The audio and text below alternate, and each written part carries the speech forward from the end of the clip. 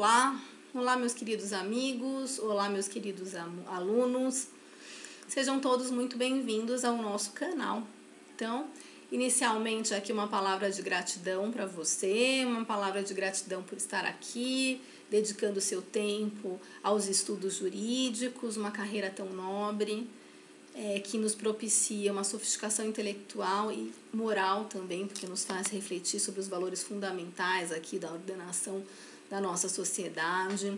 Parabéns para você que está aqui junto comigo nessa batalha aqui para a obtenção de uma sociedade mais justa, fraterna, solidária, o ser humano como centro, né? E parabéns a você que escolheu a carreira jurídica, que nos dá instrumentos, né? Nos arma aqui para a nossa batalha. Então sejam todos muito bem-vindos. Eu agradeço também a vocês que curtiram o vídeo, a vocês que me auxiliaram aqui divulgando em grupos de interesse, em grupos de pessoas que vocês entendam que esse conhecimento ele vai auxiliar, porque o objetivo aqui é a gente fornecer um conteúdo jurídico de qualidade, gratuito para você. Então, seja muito bem-vindo, né? Aqui é a professora Carolina Souza Torres Blanco, eu sou mestre em Direito pela PUC, estou aqui batalhando junto com você. O tema da nossa aula de hoje é o tema da competência jurisdicional. Nós estudamos na aula anterior o conceito de competência. Nós vimos primeiro o conceito de competência de uma forma abrangente, né? Competência enquanto delimitação do exercício do poder. Regras de competência, elas distribuem o exercício do poder entre órgãos diversos. Nós vimos que nesse conceito, visto desse panorama mais amplo, nós temos aí a competência como a competência legislativa, que é a competência que a Constituição ela determina, olha, cabe à União legislar sobre, cabe à União legislar privativamente sobre, cabe aos estados, ao DF, aos municípios legislar concorrentemente sobre. Nós vimos também competência nesse prima mais amplo, a competência administrativa. Então, qual é o agente aí público, o administrador público aí que tem competência para editar aquele ato, aquele ato administrativo? E nós temos aí a competência jurisdicional, que há uma divisão aqui do exercício da jurisdição pelos diversos órgãos jurisdicionais da nossa estrutura aqui do Poder Judiciário. E nós estamos aqui no tema da competência jurisdicional, que é essa quantidade de exercício da jurisdição que aquele órgão jurisdicional possui para resolver aí os conflitos de interesse, para exercer a jurisdição dele.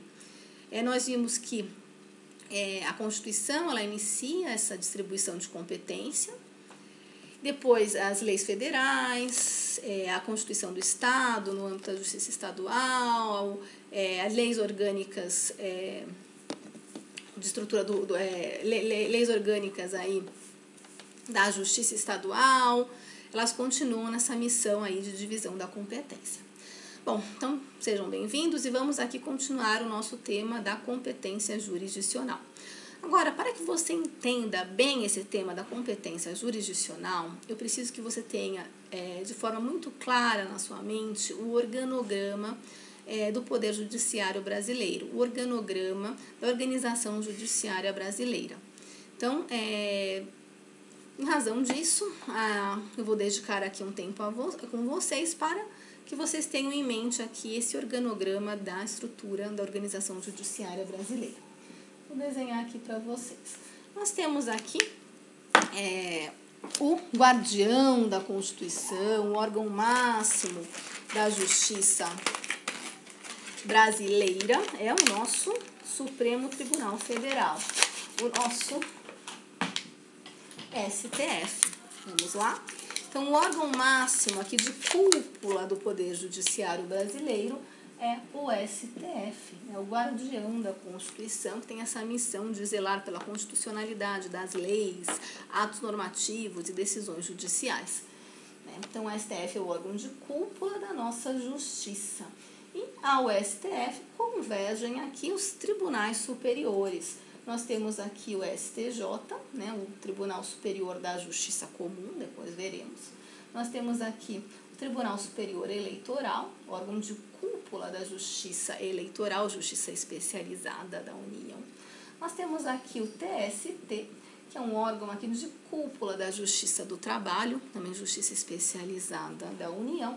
Nós temos aqui o Superior Tribunal Militar, órgão de cúpula da Justiça Militar da União, Justiça Especializada da União também. Então, esses são os tribunais superiores, do nosso aqui organograma da Organização Judiciária Brasileira. Bom, vamos começar pela Justiça Comum, né? A Constituição, ela prevê aqui, como eu falei, a Constituição prevê 5 justiças. Justiça Comum Estadual, Justiça Comum Federal, aí depois as justiças especializadas, Justiça Eleitoral, Justiça do Trabalho, Justiça Militar da União, né? Então, vamos aqui analisar essas justiças, vamos lá, né? A gente tem aqui o STJ, que é o Tribunal Superior aqui da Justiça Comum. Embaixo, no STJ, irão desaguar as decisões dos tribunais de justiça dos estados e dos tribunais regionais federais, né, do nosso estado. Subordinado aos tribunais de justiça dos estados, nós temos os juízes de direito estaduais, né, dos estados, DF, territórios, se porventura algum território venha a ser criado, né, no nosso atual estágio aqui do nosso estado de direito. E abaixo do TRF nós temos os juízes federais. Aqui Justiça Comum Estadual, Justiça Comum Federal. Aí aqui a gente vai para as justiças especializadas. Aqui a Justiça Eleitoral. Embaixo do Tribunal Superior Eleitoral nós temos os tribunais regionais eleitorais. E abaixo nós vamos ter os juízes eleitorais, que são juízes estaduais de primeira instância, que fizeram concurso aqui para a Justiça Estadual, comum aqui, mas que vão ser aí investidos dessa função de juízes eleitorais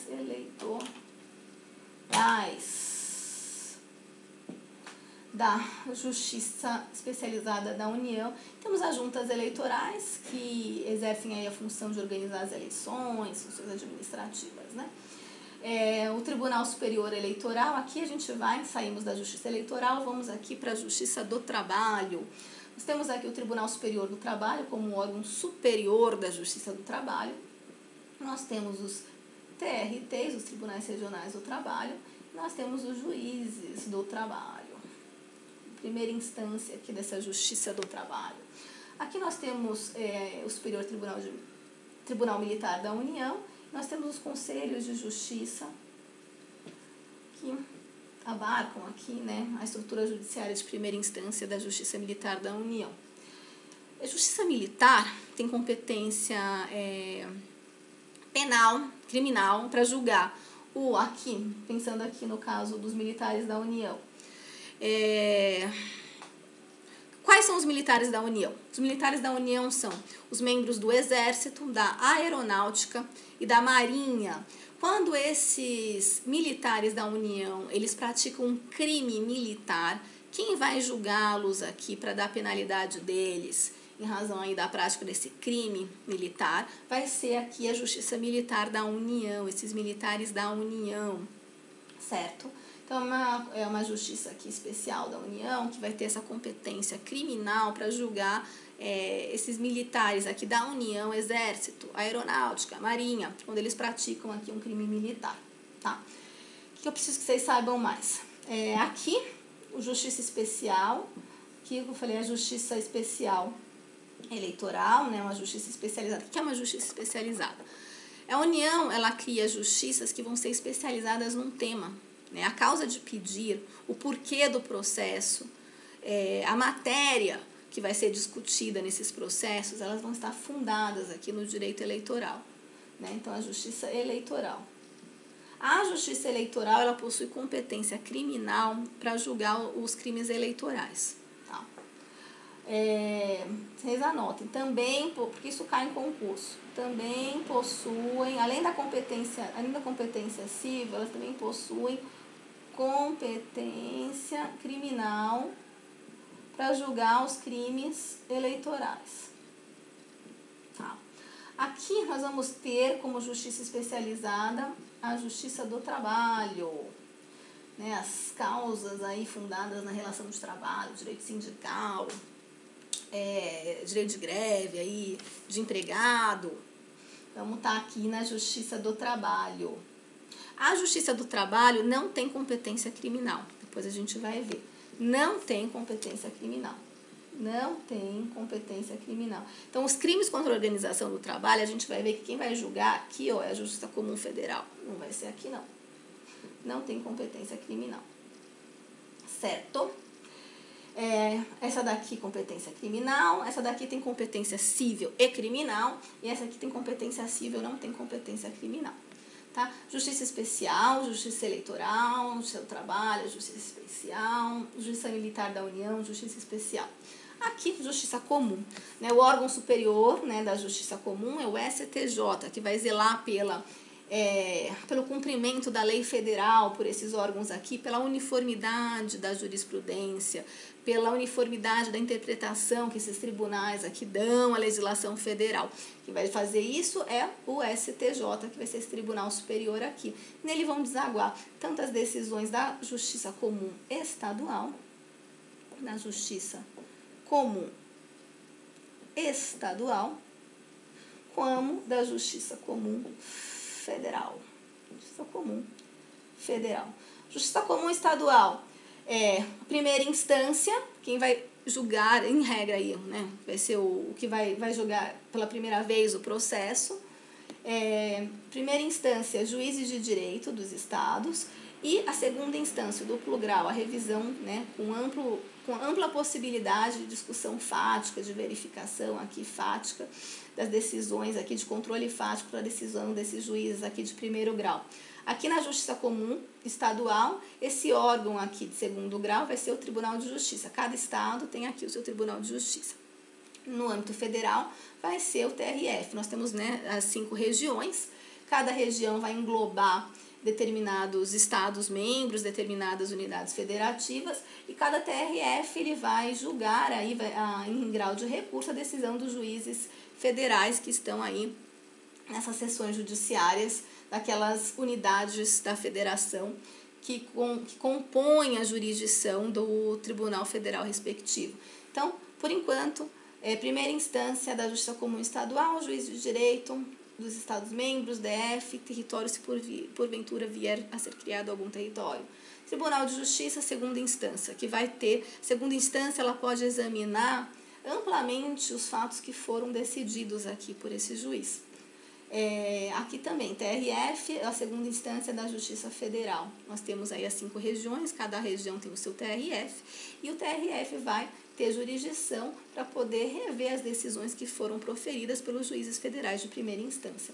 E o STJ, ele vai controlar aqui o cumprimento da legislação federal por essas instâncias aqui da Justiça, pela segunda instância aqui da Justiça Comum, e uniformizar a jurisprudência, né? Fazer com que a interpretação da legislação federal por esses órgãos aqui, ela seja feita aqui de forma atenta ao que o STJ entende como a melhor interpretação do nosso direito positivo. Aqui, justiças especializadas. Aqui a gente tem, a Justiça Comum tem competência civil, né? Em sentido amplo, eu estou falando aqui, né? E competência criminal. Vamos olhar aqui o meu flip chart, que na verdade é o meu recurso tecnológico aqui que eu uso. Então vamos lá, vamos ver se consigo colocar aqui. Então vamos lá. A Constituição Federal, ela vai regular o Poder Judiciário, do artigo 9.2 ao artigo 126.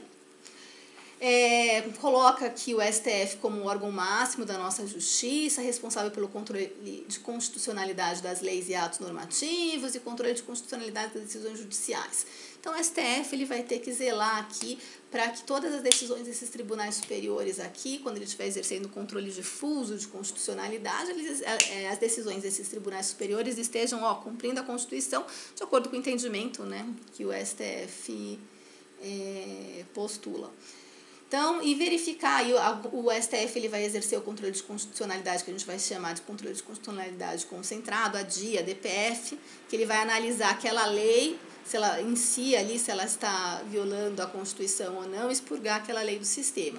Ou ele vai exercer o controle de constitucionalidade das leis, atos normativos, no controle difuso, em que ele vai olhar e ver se a decisão desses tribunais aqui, ela está de acordo com a Constituição, né? E a interpretação, e verificar se a interpretação que esses tribunais fizeram da Constituição é a mais adequada. Então, tribunais superiores, STJ, que é o Tribunal Superior da Justiça Comum, TST, Tribunal Superior da Justiça Especializada, Justiça do Trabalho, Tribunal Superior da Justiça Eleitoral, Justiça Especializada, Tribunal Superior da Justiça Militar da União. Eles exercem jurisdição em todo o território nacional. O foro deles é todo o território nacional. Depois a gente vai entender. Eu vou falar do princípio da territorialidade, a gente vai falar sobre foro.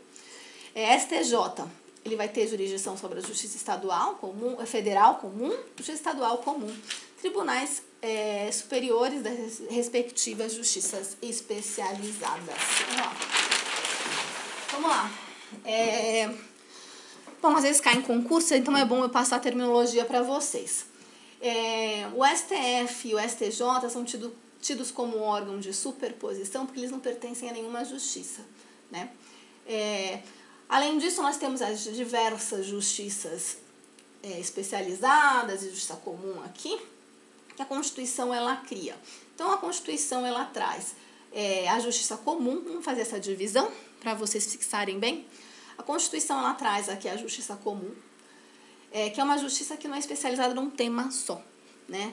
Aqui a gente vai ter a competência da Justiça Federal com base nas partes, com base na causa de pedir, mas vai julgar crime, vai julgar causas cíveis, não vai ter um critério específico baseado é direito tal, uma competência material aí, com base num tal ramo do direito, em tal relação jurídica que é fundada aqui, disciplinada por determinado ramo do direito, que a justiça comum, ela não tem essa especialização num ramo do direito específico, num direito material específico. Então, a justiça comum, ela vai ser a justiça comum federal e a justiça comum estadual, né, que é a justiça que eu já expliquei aqui para vocês. A justiça comum federal, que eu já expliquei aqui também, né, tá aqui para vocês verem.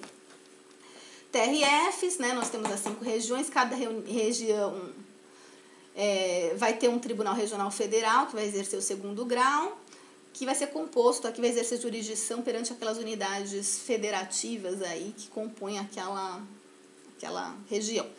E os juízes federais vão exercer a jurisdição em 1º grau. Bom, também aqui a Constituição, no artigo 98, parágrafo 1º, a Constituição traz a possibilidade de criação de juizados especiais federais, né? Nós temos os juizados especiais federais até, e a Lei 10.259 de 2001, ela traz aí a previsão, né, a regulamentação desses juizados especiais federais, então causas em que sejam de competência da Justiça Federal Comum, de até 60 salários mínimos, elas vão ter que ir para os juizados especiais federais, né? Nós temos aqui, então, os juizados especiais federais. Mas peculiaridade, depois vocês estudam com calma. Aqui tenham em mente, principalmente vocês que estão começando agora, tenham em mente TRF e juízes federais.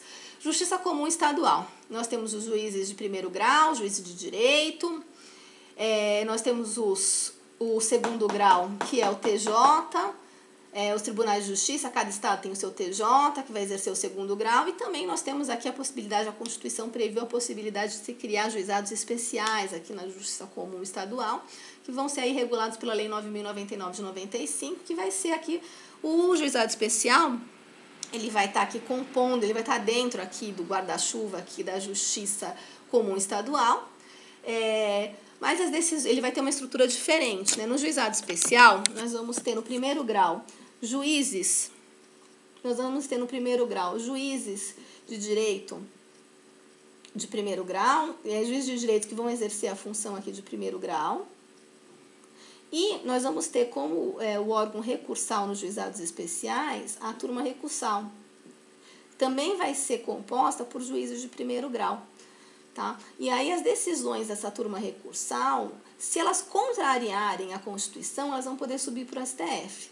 Agora, se não tiver questão de constitucionalidade, não vai poder ir para o STJ, nem para o TJ. Mas depois vocês vão ver com calma. Né? Então, aqui na Justiça Estadual Comum, nós temos os juízes estaduais de primeira instância e nós temos o Tribunal de Justiça daquele estado que vai exercer o segundo grau. Nós temos a peculiaridade do juizado especial, mas depois vocês vêm com calma quando estudarem a Lei 9.099. Justiça Especial, nós temos a Justiça do Trabalho. Como Tribunal Superior da Justiça do Trabalho, a gente tem o Tribunal Superior do Trabalho, a gente tem os TRTs que vão exercer o segundo grau na Justiça do Trabalho, e o primeiro grau é exercido pelos juízes do trabalho, Justiça Eleitoral, TSE, Tribunal Superior. Nós temos os TREs, né, cada região, né, vai ter o seu TRE. Nós temos os juízes eleitorais. As juntas eleitorais, elas exercem função administrativa, como eu falei, os juízes eleitorais que vão julgar aquelas demandas, aquelas causas, aqueles conflitos de interesses com base em sufrágio ou questões político-partidárias. A Justiça Militar da União, que vai julgar os militares da União, que são esses militares Exército, Aeronáutica, Marinha, quando eles cometerem crime militar, é uma competência criminal. E na primeira instância nós vamos ter os conselhos de justiça especial e permanente na sede das auditorias militares, e depois nós vamos ter o Superior Tribunal Militar para revisar essas decisões. Vocês vão estudar isso em processo penal, porque é uma competência criminal, vocês estudam lá em processo penal. A Constituição também prevê a possibilidade aqui, né, os Estados-membros. Então é uma justiça, isso aqui, como eu falei, não quero confundir vocês. A Justiça Militar dos Estados é uma justiça também que vai julgar questões criminais quando os militares dos estados, quem são os militares dos estados? Polícia Militar e Corpo de Bombeiros. Quando esses militares dos estados cometerem crime militar. Quando esse militar do estado cometer crime militar, quem vai julgar? Quem vai julgar em primeira instância, a gente vai ter juízes de direito, togados e um conselho de justiça. Em segunda instância, a gente vai ter essa segunda instância sendo exercida pelo Tribunal de Justiça, esse mesmo aqui, Tribunal de Justiça da Justiça Comum, cúpula aqui da Justiça Comum Estadual, ou a criação de um TJM nos estados em que a gente tiver um efetivo militar superior a 20 mil integrantes. A gente tem um TJM aqui em São Paulo, lá perto do Mackenzie. Né? A professora Maria Garcia sempre faz os congressos dela do IBDC lá. Mas eu não quero confundir a cabeça de vocês, tá? Então, se confundir, estudem depois, vocês alunos de graduação. Agora, o que acontece? A gente tem aqui a Justiça Estadual. Na Justiça Estadual, a gente vai ter a Justiça Comum Estadual. Ai, não tá pegando, né? Dá pra vocês verem. A gente vai ter aqui a Justiça... Acho que aqui já dá. Então, a gente tem aqui a Justiça Estadual. Depois eu faço aqui para vocês. A gente tem aqui a Justiça Estadual, Justiça do Estado de São Paulo. A gente vai ter o TJ aqui como centro, e a gente vai ter aqui os juízes de direito na Justiça Comum Estadual. Justiça Comum Estadual. Bom, a Justiça Estadual também, a gente vai ter uma Justiça Militar Estadual, tá? Que vai ser uma justiça especializada da Justiça Estadual.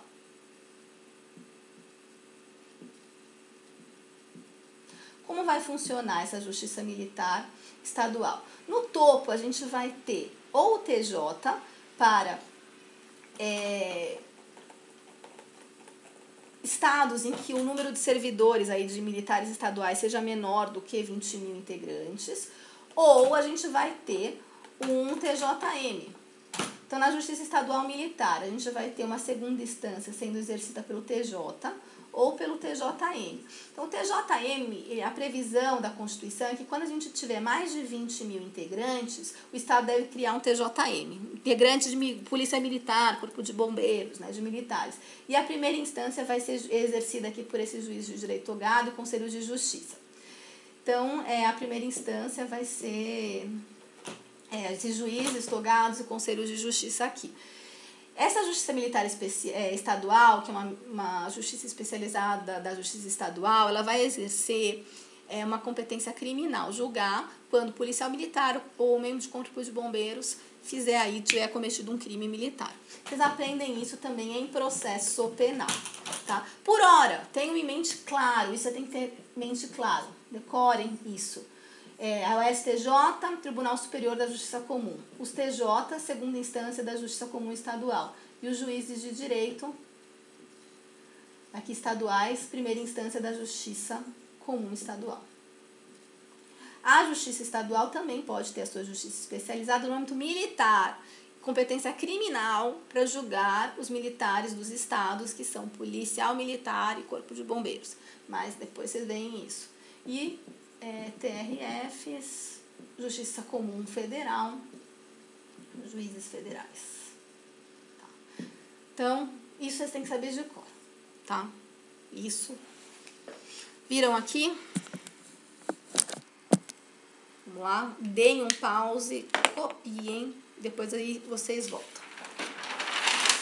Ok, então analisando a organização judiciária brasileira, o que a ADA, a Grinover, né, a ADA Pellegrini Grinover, o Sintra e o Dinamarca apontam lá no livro dele de Teoria Geral do Direito. Teoria Geral do Processo. O que esses autores, né, eles apontam no livro dele de Teoria Geral do Processo? Eles apontam a existência de órgãos jurisdicionais isolados, que são aqueles que não pertencem a nenhuma justiça, que são o STJ e o STF. A existência de diversos organismos jurisdicionais autônomos entre si, que são as diversas justiças. Aqui ele coloca organismos jurisdicionais autônomos entre si, são sisteminhas aqui, né, autônomos entre si. Então, nós temos a Justiça Comum Estadual, nós temos a Justiça Comum Federal, nós temos a Justiça Especializada Eleitoral, nós temos a Justiça Especializada do Trabalho, nós temos a Justiça Especializada Militar da União.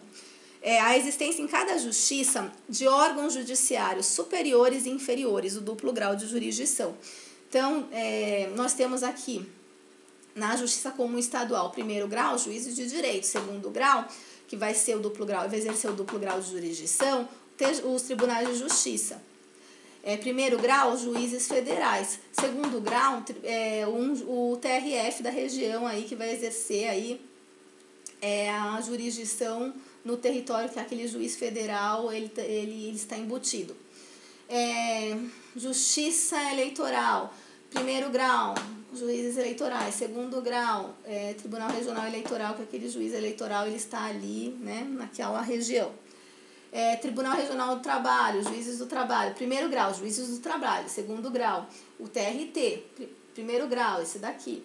Então, nós temos que ver aqui, né? Então, a gente tem órgãos de primeiro grau. Esses órgãos de primeiro grau vão ser aqueles que primeiro vão conhecer do processo. Nós vamos ter órgãos de segundo grau, que vão exercer o duplo grau de jurisdição.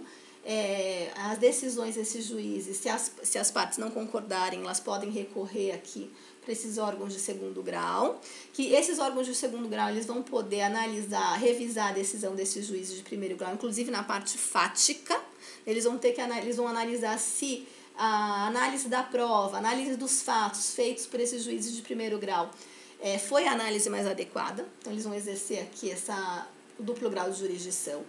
E aqui nós temos acima desses órgãos que vão exercer esse duplo grau de jurisdição e podem reexaminar faticamente aqui a decisão desses órgãos de primeiro grau. A gente vai ter os tribunais superiores. Os tribunais superiores, eles não fazem análise fática, eles não revisam a adequação fática da decisão do juiz.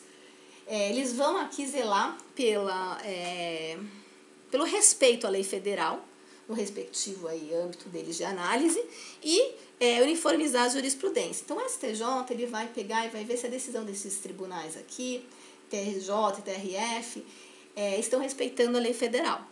Ele vai também ver se a decisão desses tribunais está de acordo com a interpretação da legislação federal que o STJ entende que é a melhor, que é a mais adequada, entendeu? Então, ele vai ter que zelar pela aplicação da lei federal e vai ter que zelar pela uniformidade da jurisprudência, isso é, que a interpretação desses tribunais e aqui desses juízes também, eles vão ter que estar de acordo com a interpretação da lei federal que o Superior Tribunal de Justiça entende a mais adequada. Aqui, TSE, TST. Então, por exemplo, TST, ele vai zelar aqui para que os TRTs eles cumpram a legislação, né, as leis que regulam a relação de trabalho, e vai ter que zelar para que as interpretações de todos os TRTs do Brasil estejam de acordo com a interpretação da legislação federal, que é aplicada à relação de trabalho, que o TST entende a mais adequada, certo? E o STF, ele vai regular a decisão de todo mundo aqui, no caso, para verificar se a decisão desses órgãos aqui está de acordo com a interpretação que o STF entende como adequada da Constituição. Beleza? Então, aqui também, vocês vão pegar isso aqui, vão dar um pause no vídeo, certo? Pause no vídeo, copiou? Bora. Deu pause, vamos voltar. Vamos entrar então na análise de cada uma das justiças, porque como eu falei para vocês entenderem competência, vocês têm que ter em mente aí a organização judiciária brasileira, né? Depois a gente vai estudar o ITER, o caminho para descobrir o juiz competente, a gente vai ter como uma das primeiras perguntas, né? Qual a justiça competente? Né? Aí a gente também vai ter que analisar, vocês têm que saber, porque como nós iremos aprender, primeiro, a justiça especializada, ela prefere a justiça comum. Então, se for uma demanda que se encaixa na competência da justiça do trabalho, vai ter que ir para a justiça do trabalho. Demanda que se encaixa na competência da justiça eleitoral, para a justiça eleitoral. Se não for da justiça especializada, aí você vai ter que olhar a justiça comum. Você vai olhar a justiça comum, você vai falar, é da competência da justiça comum federal? Você vai ler o artigo 109, vai analisar. Tem aqui interesse, a União como parte, autora, réu, interveniente, ou é uma causa fundada em direito indígena, você vai olhar lá, tá lá dentro dos artigos 109? Não, não tá. Então, se não é competência da justiça comum federal, vai ser da comum estadual. Então, vocês precisam ter em mente muito claro a competência desses órgãos, dessas justiças, para vocês depois poderem seguir, né, o iterzinho, o caminhozinho das 5 perguntas que eu falei para você, que a gente vai precisar responder para encontrar o juízo competente para a nossa demanda. E essa aula é uma continuação da primeira, por isso que eu cito aqui como se vocês já, né, tivessem aí inteirados aí no que eu falei que a gente ia estudar na nossa aula de competência. Justiça eleitoral. Então, a justiça eleitoral, a competência da justiça eleitoral, ela vem prevista no artigo 121 da Constituição Federal, em que a Constituição fala que lei complementar irá definir a competência dos juízes eleitorais. Bom, essa lei complementar não veio ainda, mas o Código Eleitoral, que é uma lei lá da década de 60, né, o Código Eleitoral regula a competência dos juízes eleitorais e, da mesma forma que aconteceu com o nosso Código Tributário Nacional, o Código Eleitoral é uma lei da década de 60, mas que foi recepcionado pela Constituição de 88 como se lei complementar fosse, né? A gente fala que o Código Eleitoral ele foi recepcionado pela Constituição de 88 como uma lei complementar em sentido material. Bom, o Código Eleitoral ele vai lá trazer essa de competência dos juízes eleitorais, sei lá, um monte. Cita ali vários incisos. O professor Gajardoni, ele faz aí uma síntese, né, da essência aqui da competência da justiça eleitoral com base em 2 pilares, sufrágio e questões político-partidárias. Então, sempre que eu estiver diante de causas de pedir, de porquê do processo, de fundamentos de fato e de direito da minha demanda, fundados aqui no direito eleitoral, no caso, fundado aqui em questões referentes a sufrágio, que a gente vai entender o que é, questões referentes a questões político-partidárias, sempre que a minha demanda, a minha ação, ela tiver aqui como fundamento do meu pedido, fundamentos de fatos, fundamentos de direito, né, com base nessa matéria aqui, sempre que eu estiver diante disso, essa ação vai ser de competência da Justiça Eleitoral, Justiça Especializada da União. Então, as ações relacionadas a esses dois tipos de causa de pedir, sufrágio e questões político-partidárias, vamos lá, elas são de competência da Justiça Eleitoral. Sufrágio, o que é sufrágio? Sufrágio são os mecanismos de controle de consulta popular. Quando o Estado ele precisa consultar o povo para saber se o povo quer que fulano de tal, dentre os candidatos, qual que seja o candidato que vai ser aí o eleito para representá-lo no Congresso Nacional, como presidente da República, como governador. Sempre que a gente estiver diante aqui de um mecanismo de consulta popular, a gente vai estar diante de um sufrágio. Sufrágio, eleições. Então, no caso das eleições, há uma consulta ao povo para saber quais são, dentre os candidatos, as pessoas que o povo quer que ocupem aqueles determinados cargos, aquelas determinadas posições. Plebiscito. Plebiscito é uma consulta popular em que o Congresso Nacional ele vai pedir que o povo se manifeste sobre um determinado tema. Por exemplo, nós não temos, o Congresso Nacional não fez lei nenhuma ainda, tá? E ele quer que o povo se manifeste sobre devemos liberar o uso da maconha para fins aí de divertimento, né? Aí o povo vai falar sim, não. Isso é um plebiscito. Plebiscito é uma consulta popular em que o Congresso ele vai consultar o povo para saber a opinião do povo sobre um determinado tema, né? Então, para que com base nisso o Congresso Nacional edite ou não edite uma lei sobre aquele tema. Então, o plebiscito é isso, eu vou consultar o povo sobre um tema e ele vai falar sim ou não, e aí se ele falar não, o Congresso Nacional não pode fazer uma lei contra a vontade do povo. Se falar sim, ele faz aquela lei. Plebiscito. Referendo, no caso do referendo é um mecanismo de consulta popular em que eu já tenho uma lei, o Congresso Nacional faz uma lei, e depois que ele faz essa lei, ele submete essa lei a um referendo. Ele submete essa lei para que essa lei seja confirmada aí pelo povo. Então, no caso aí, por exemplo, você vai e faz uma lei dizendo que o Congresso faz uma lei dizendo que maconha não é droga, não pode constar daquela portaria lá da Anvisa, que não é droga e que é permitido aí o uso. Aí ele vai e submete o povo. Vocês acham que a maconha deve ser nananã? Aí o povo fala sim, não. E aí, com base na opinião do povo, ou entra em vigor aquela lei ou não pode entrar em vigor aquela lei, entendeu?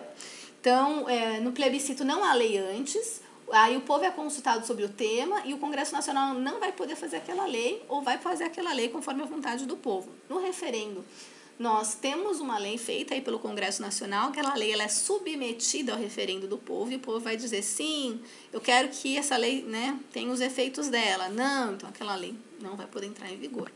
Então, mas sufrágios são os mecanismos de controle aí, de consulta popular, em que o povo vai ser consultado. Então, as ações, e você sabe que toda a organização das eleições é uma atividade administrativa que é da Justiça Eleitoral. Então, quando a gente tem eleição, quem vai organizar? Justiça Eleitoral, plebiscito, quem vai organizar? Claro, né, quem vai convocar o Congresso Nacional, mas quem vai organizar essa consulta popular aqui? Vai ser a Justiça Eleitoral, referendo, a mesma coisa. Então, e ações, demandas, conflitos de interesses que surjam aqui nesse período das eleições, plebiscito e referendo, com fundamento aqui nisso, no plebiscito, no referendo e na eleição, elas vão ser de competência da Justiça Eleitoral. Então, aqui, ações relacionadas à organização das eleições, ações relacionadas a abuso de poder político, abuso de poder econômico, impugnação de mandato eletivo, propaganda eleitoral irregular, Justiça Eleitoral.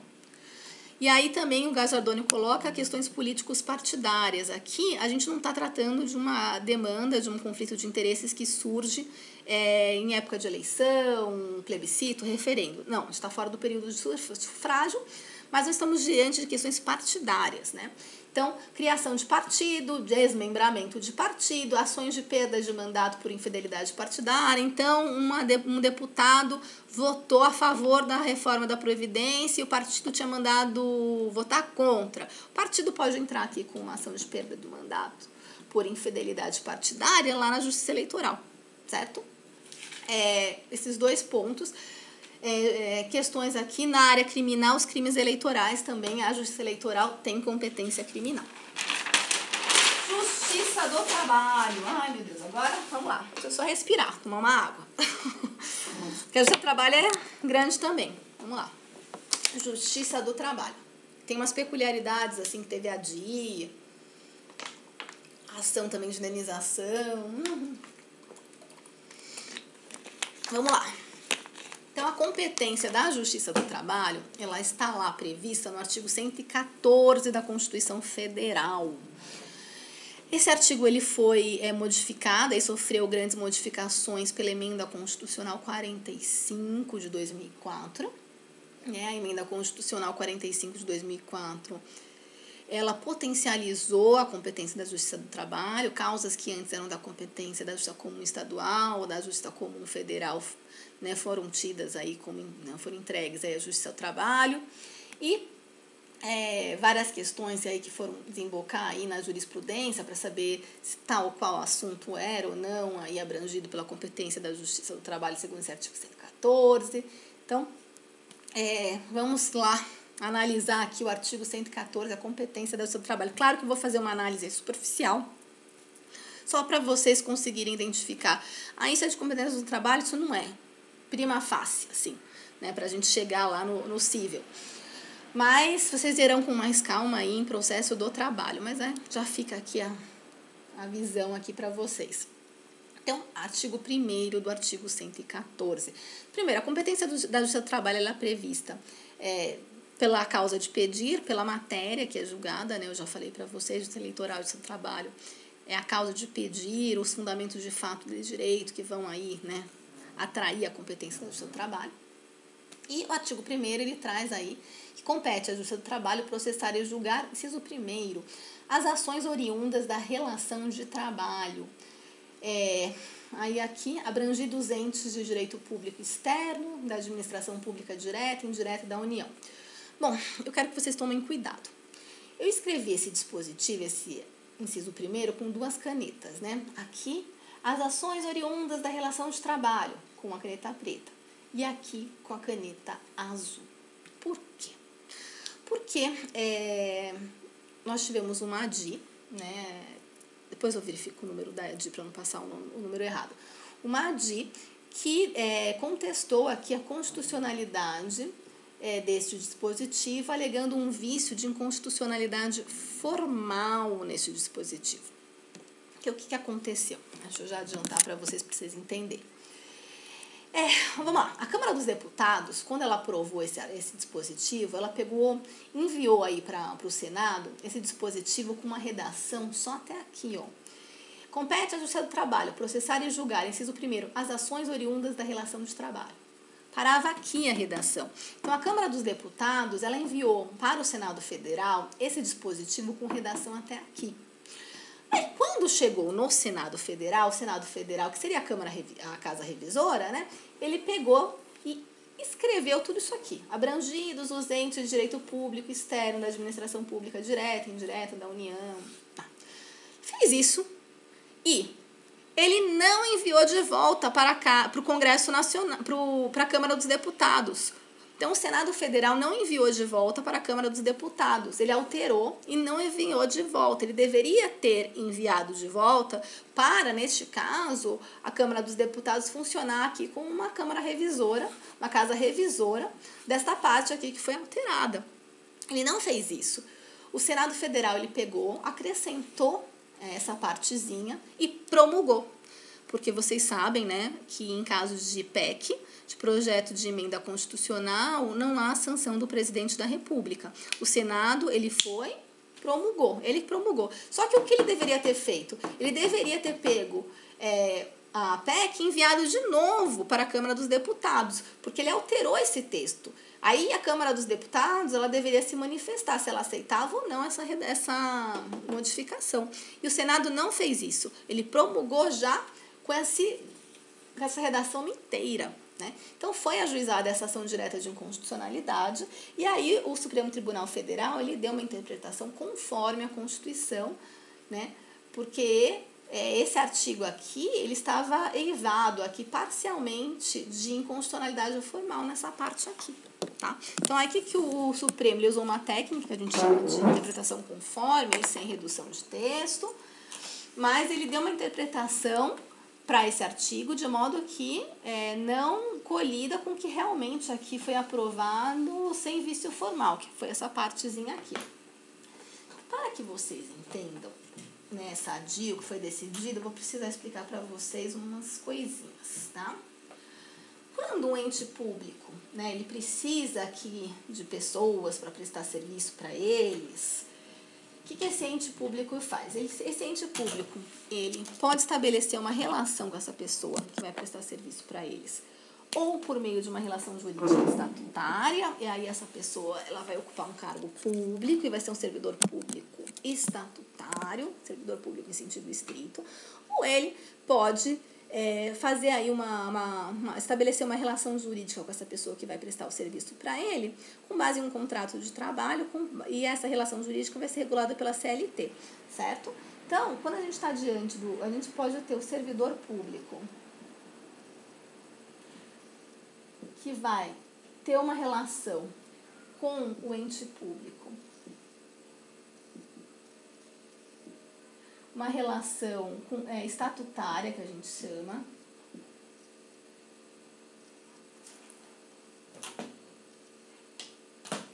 vai ser com base no Estatuto do Servidor Público, a relação dele, estatutária,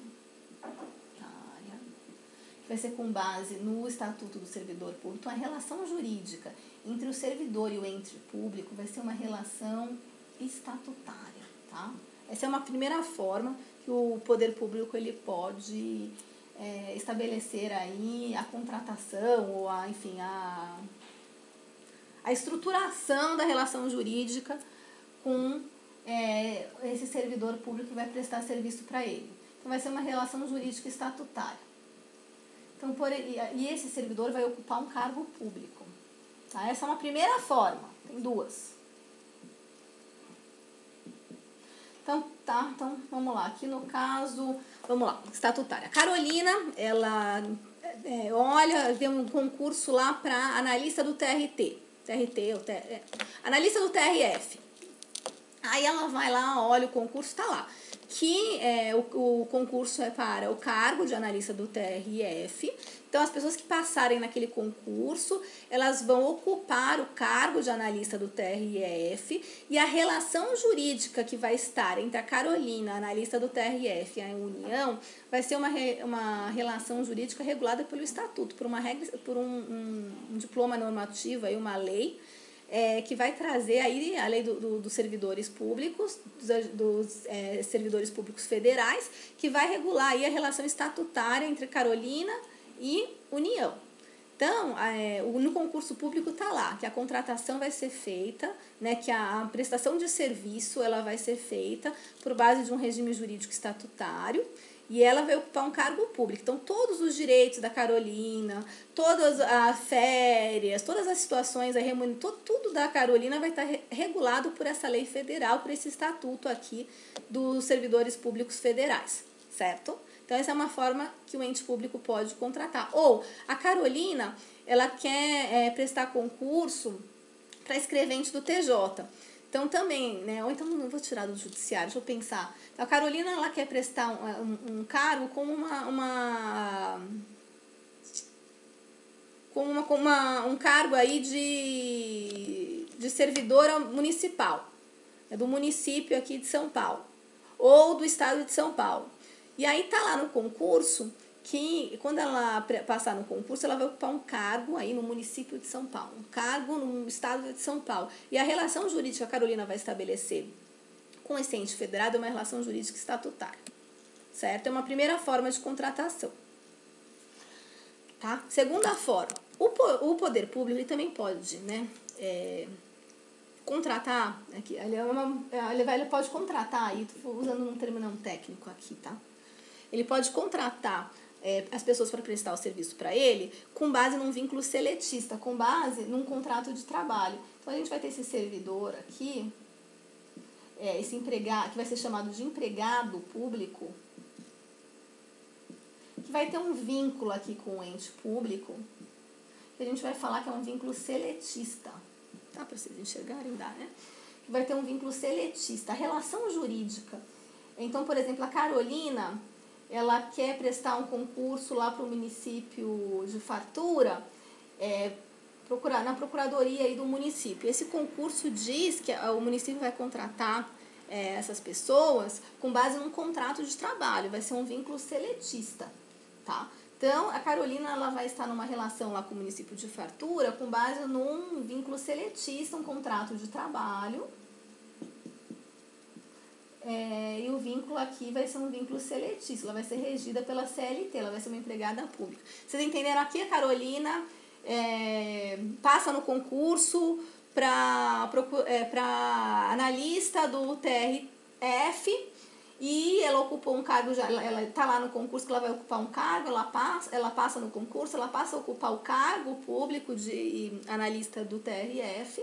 Relação jurídica que ela tem com a União é uma relação jurídica estatutária, que vai ser regulada numa lei, que vai estabelecer todas as minuciazinhas da relação da Carolina com a União. Ou a Carolina, ela passa aí num concurso para auditor fiscal aqui da Secretaria da Fazenda.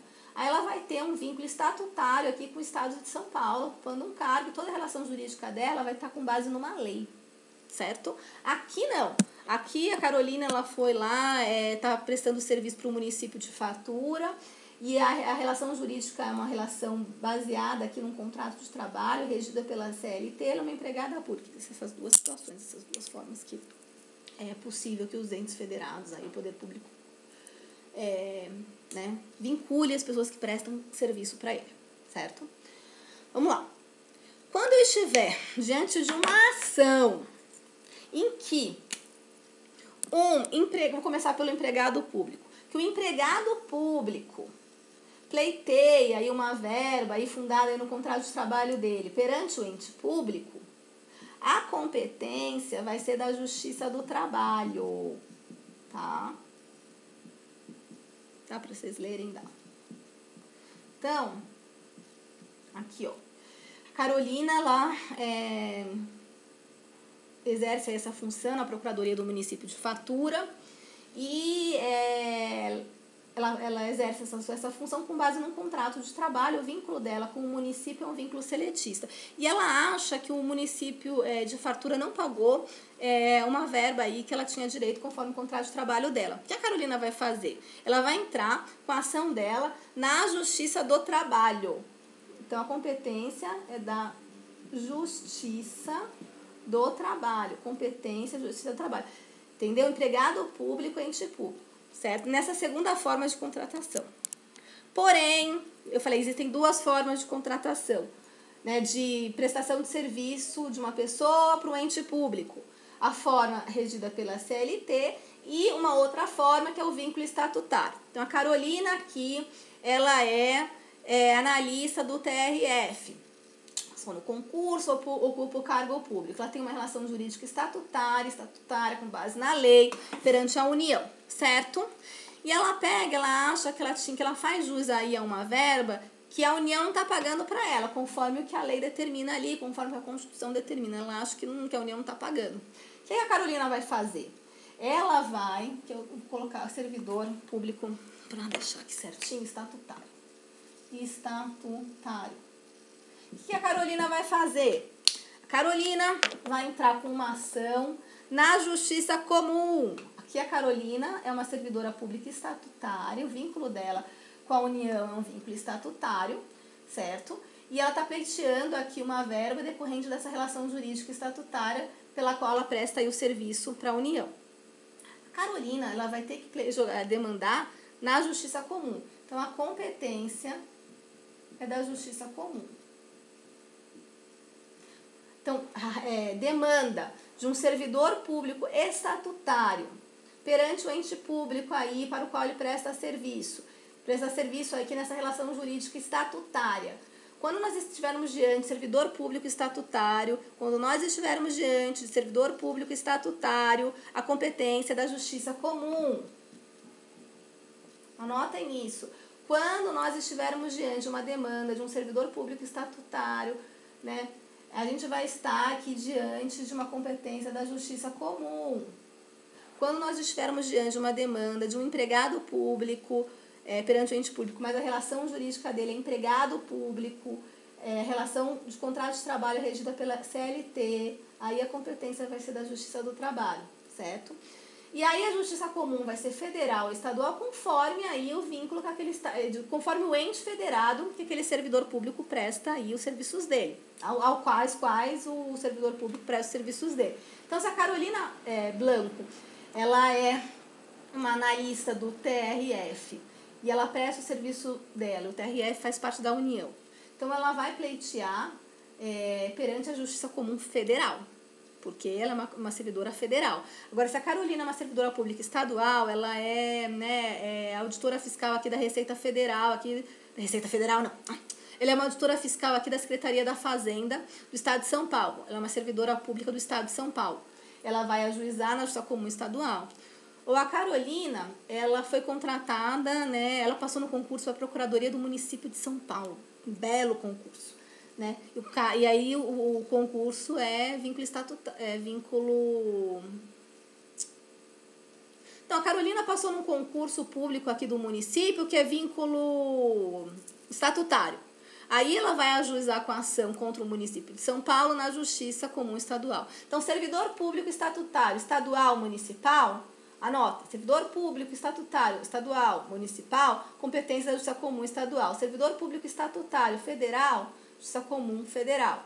Empregado público, sempre empregado público, não importa o ente federado, União, Estado, município, não. Empregado público da União, dos Estados, membros do município. Empregado público, competência da Justiça do Trabalho, certo? Então, vamos voltar aqui para o nosso dispositivo. Essa parte aqui, como eu falei, ela está eivada de um vício de inconstitucionalidade formal. Em razão disso, porque não foi passado para a Câmara, para a Câmara dos Deputados, para eles reverem aqui, essa redação foi alterada pelo Senado. Então, eivada de vício parcial aqui de inconstitucionalidade formal, esse dispositivo, e aí o STF lhe deu uma interpretação conforme a Constituição, nesse sentido que eu falei aqui. Então, vocês vão encontrar no vademecum de vocês. Ao artigo 114, inciso 1º da Constituição Federal, introduzido pela Emenda Constitucional 45 de 2004, deve ser dada interpretação no sentido de que o dispositivo não abrange causas instauradas entre o poder público e servidor que lhe seja vinculado por relação jurídica estatutária. Vocês entenderam? Então, é o primeiro exemplo que eu falei. Se eu estou diante de uma demanda entre um servidor público estatutário da União, dos Estados, do município, pleiteando perante o ente federado respectivo, uma verba que decorra desse vínculo aí que ele presta serviço, desse vínculo estatutário que está previsto lá, que tem aí seu fundamento numa lei. Essa demanda vai ter que ser ajuizada na Justiça Comum. Está dizendo, não é competência da Justiça do Trabalho uma demanda ajuizada entre um servidor público estatutário e o ente público. Demanda entre servidor público estatutário e ente público não vai ser da competência da Justiça do Trabalho. A demanda entre servidor público estatutário e o ente público vai ser da Justiça Comum. Comum estadual, se for um servidor público estadual ou municipal, ou comum federal, se for um servidor público federal. Certo? É isso aqui que eu coloquei na lousa. Servidor público estatutário, ente público, Justiça Comum, estadual ou federal, dependendo se for um servidor público estadual, municipal, Justiça Comum estadual, federal, Justiça Comum federal. Agora, se esse servidor público for um empregado público, o contrato dele baseado na CLT, aí vai ser competência da Justiça Federal. Da Justiça do Trabalho. Estou ficando cansada, preciso dar uma respirada. Tá. Bom, também, contra esses dispositivos, também foi ajuizada essa ADI 3684, Vamos lá. Também foi ajuizada essa ADI 3684, o STF deferiu medida cautelar com respeito a esses nomes para interpretação conforme a Constituição, ao artigo 114, inciso 1º, 4º, 9º da Constituição Federal, no sentido de não atribuir à Justiça do Trabalho competência para processar e julgar causas penais. Foi o que eu adiantei para vocês. A Justiça do Trabalho não tem competência criminal para julgar crimes. Então, crime contra a organização do trabalho vai ser julgado pela Justiça Comum Federal. Depois nós vamos ver, certo? Aí aqui, como eu falei, demanda fundada em direito de greve e direito sindical. Tá lá, artigo 114.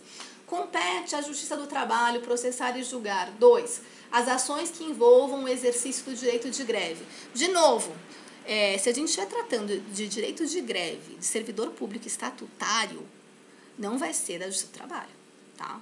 Agora, ações que envolvam o exercício do direito de greve do empregado, as pessoas que, ou até do empregado público seletista, mas ações que envolvam direito de greve de empregado vai ser da competência da Justiça do Trabalho. As ações sobre representação sindical, sindicatos e trabalhadores, entre sindicatos e empregadores, vai ser aqui a competência da Justiça do Trabalho. Os mandados de segurança, habeas data, habeas corpus. Mandado de segurança, habeas corpus, habeas data, para vocês que estão começando, são o que a gente vai chamar de remédios constitucionais, são ações constitucionais com um rito bem célere e vocacionadas para resolver aí uma situação de abuso de poder, para dar uma solução, uma tutela jurídica aí para uma situação rápida e adequada e justa para uma situação de abuso de poder. Mas depois vocês estão aí previstas na Constituição, mas depois vocês vão estudar com calma. Então, mandado de segurança, habeas corpus, habeas data, quando o ato questionado envolver matéria sujeita à sua jurisdição. Ok.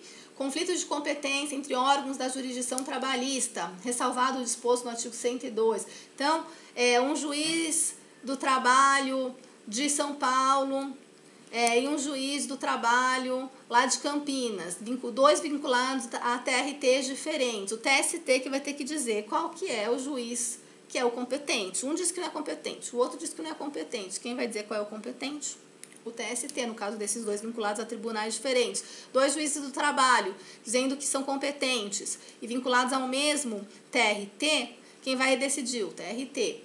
Agora, se a gente tiver com um conflito de competência entre STJ e TST, quem vai resolver é o STF. É isso aqui, esse artigo 102, inciso 1º, é isso que vai falar do STJ, TST, conflito de competência. Depois vocês vão estudar o conflito de competência com calma.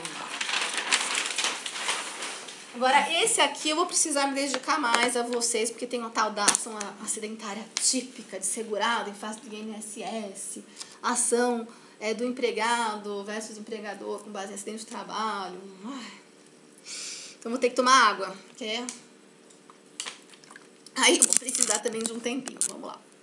Respirar. Eu lembro de um aluno meu, que ele fala: professor, eu acho que a senhora vai ter um treco no meio da sala de aula, porque a senhora não respira. O senhor Dalmo. Abraço, Dalmo. Então eu tenho que respirar mesmo. Vamos lá.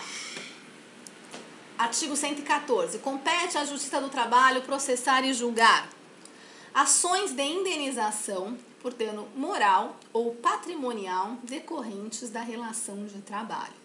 Então, aqui eu estou diante de uma questão de responsabilidade civil, reparação de danos morais, patrimoniais, e esses danos, eles advieram da relação de trabalho, certo? Vamos entender? Nós temos as ações aqui que ações de reparação de dano que vão aí para a Justiça do Trabalho, que são assim comuns, padrão, que ocorrem muito na prática, vão ser aqui, eu vou apontar 3. Agora, claro, qualquer ação de reparação de dano moral, patrimonial, fundada na relação de trabalho, a competência da Justiça do Trabalho, que vai definir as amplitudes semânticas desse dispositivo, No final das contas vai ser aí o STF. Mas vamos lá. Ações de indenização. A gente está estudando aqui o artigo 114, que vai determinar que a competência da Justiça do Trabalho processar e julgar que as ações de indenização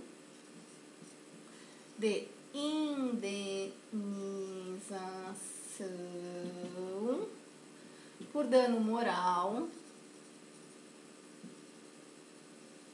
ou patrimonial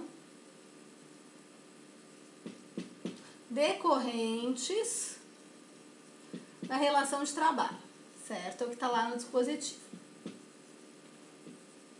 Nós temos aqui, né, que vão aí muito aqui para Justiça do Trabalho. Então, já estou começando a ficar cansada, mas quero dar esse conteúdo para vocês. Vamos lá? Vamos lá, todo mundo aí acertando as questões sobre esse assunto e compreendendo aqui a competência aqui dessas justiças aqui especializadas agora no âmbito do direito do trabalho. Vou pegar aqui. Então, né, nós temos aqui como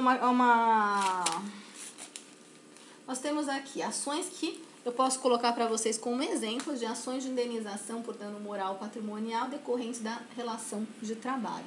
Nós temos as ações que tem aí como fundamento o assédio sexual aí realizado aí na relação de trabalho. Então,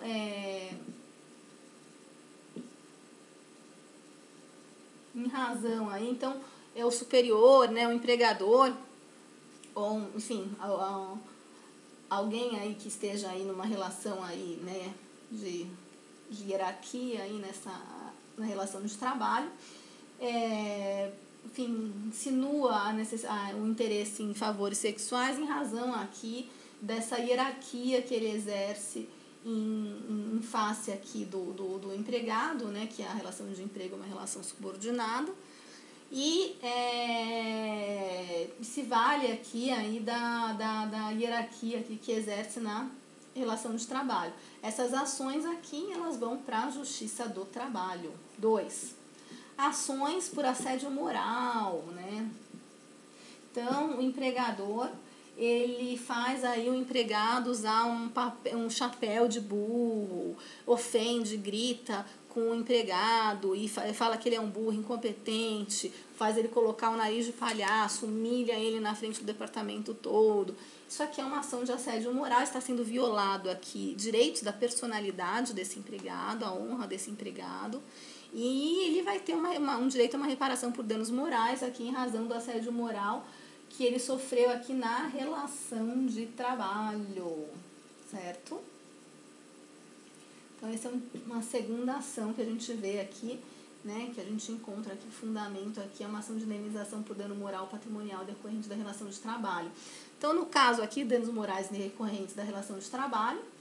E aqui, né, nós vamos aqui para uma terceira ação aqui, que se fundamenta aqui como ação de indenização por dano moral patrimonial decorrente da ação de trabalho, que é a ação do empregado em face do empregador, ação do empregado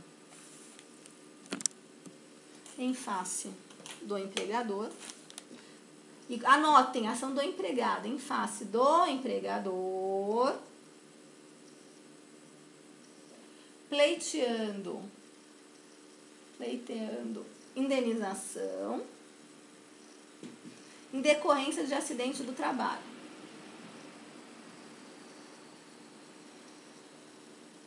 Acidente do trabalho. Tá. Fazer assim, anotem, e aí depois eu vou explicar essa terceira situação com mais calma, porque sobre essa terceira situação aqui vai ter aqui umas ressalvas que eu vou ter que fazer para vocês, tá? Dão um pause no vídeo, copiem, e aí a gente volta pra cá, tá? Então, vamos lá. Eu vou agora abordar com vocês essa terceira aqui, olha.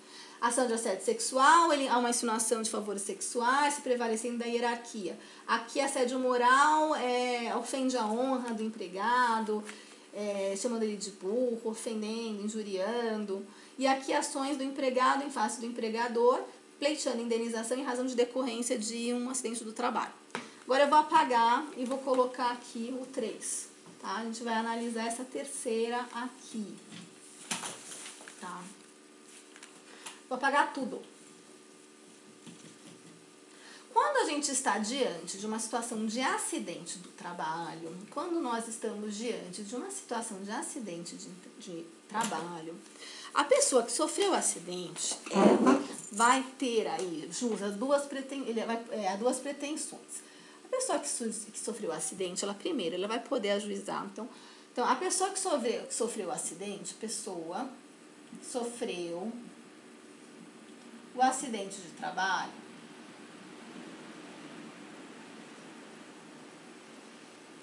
ela fará jus. Ela terá aí, né, porque a gente está tratando de pretensão aqui ainda, ela terá pretensão, duas pretensões diferentes.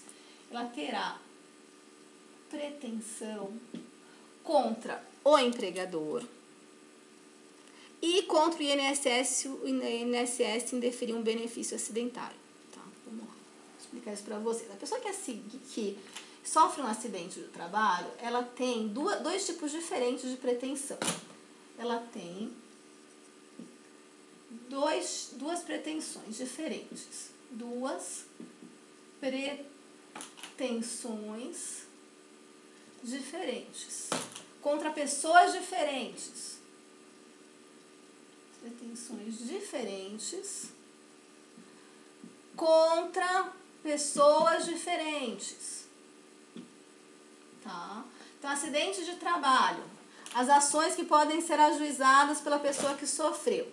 Primeiro, a pessoa que sofreu o acidente do trabalho, o empregado, quer dizer, ele pode ajuizar uma ação em face do empregador, pleiteando o empregado ou os herdeiros do empregado, eles podem entrar com uma ação aqui em face do empregador pedindo indenização, reparação de danos, né, responsabilidade civil aqui, indenização em face da ocorrência aqui desse acidente do trabalho, Então, por exemplo, né, a gente teve um acidente do trabalho, a pessoa ficou paraplégica, vai poder pleitear, ele vai ter prejudicado a sua função laboral e também aí todos os danos morais aí que ele sofreu. Então, esse empregado, ele vai fazer aqui jus a uma indenização perante o empregador. Então, ele vai entrar com uma ação, o empregado, perante o empregador, pleiteando indenização por danos morais, patrimoniais decorrentes da relação de trabalho, né? Ou então, por exemplo, os herdeiros. Então, o empregado, ele sofreu um acidente, faleceu, aí caiu numa construção civil, um negócio horrível. E aí, os herdeiros, eles vão pleitear uma indenização perante o empregador, né? Então, assim, esse é um primeiro caso, que é uma ação de reparação de danos que o empregado faz perante o empregador, pleiteando aí a reparação de danos pelo acidente do trabalho, tá? Esse é um primeiro caso. Esse caso aqui vai ser de competência da Justiça do Trabalho. Esse caso aqui vai ser de competência da Justiça do Trabalho, já adianto. Segundo, tá? Então, vamos lá. Essa ação que o empregado ajuiza em face do empregador, pedindo uma indenização em razão do acidente de trabalho, vai ser da Justiça do Trabalho, certo? Competência. Agora aqui. Uma segunda ação que pode ser ajuizada é uma ação dessa pessoa aqui que sofreu esse acidente do trabalho, que é um segurado aqui da Previdência Social, que pediu um benefício acidentário para o INSS e o INSS negou. Então, aquela pessoa, ela olha e fala, não, eu estou com uma incapacidade total pelo trabalho, faço jus a uma aposentadoria por invalidez, porque eu estou com uma incapacidade total e permanente do trabalho. Ou, não, eu estou com uma incapacidade total para o trabalho, mas provisória, mas eu preciso de um tempo para me recuperar. Então, aí eu vou pedir um auxílio-doença, porque eu vou precisar de mais do que 15 dias afastado. Eu vou precisar, assim, de uns 6 meses afastado, sem trabalhar, para eu poder me recuperar. né? Ou a pessoa perdeu 2 dedos, perdeu a mão, e aí faz um jus a um auxílio acidente, porque, enfim, ela teve a capacidade laboral dela parcialmente reduzida, né?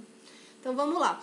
Então, essa pessoa que sofreu acidente, que é um segurado, né, da Previdência Social, ele foi ao INSS, o INSS negou o benefício. O que essa pessoa pode fazer? Ele pode entrar com uma ação perante o INSS, pleiteando o quê? Um benefício acidentário, certo? Esse benefício acidentário está na 8.213. Eu sempre confundo qual é a de custeio, qual é a dos benefícios.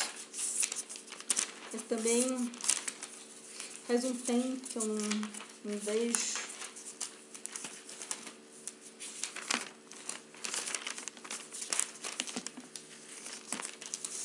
Enfim, a bendita da lei que trata 8.213 de 91, que ela trata aqui dos benefícios aqui previdenciários. E dentre os benefícios previdenciários, nós temos o benefício aqui, que a gente vai chamar de benefício acidentário, que vai ter aposentadoria por invalidez,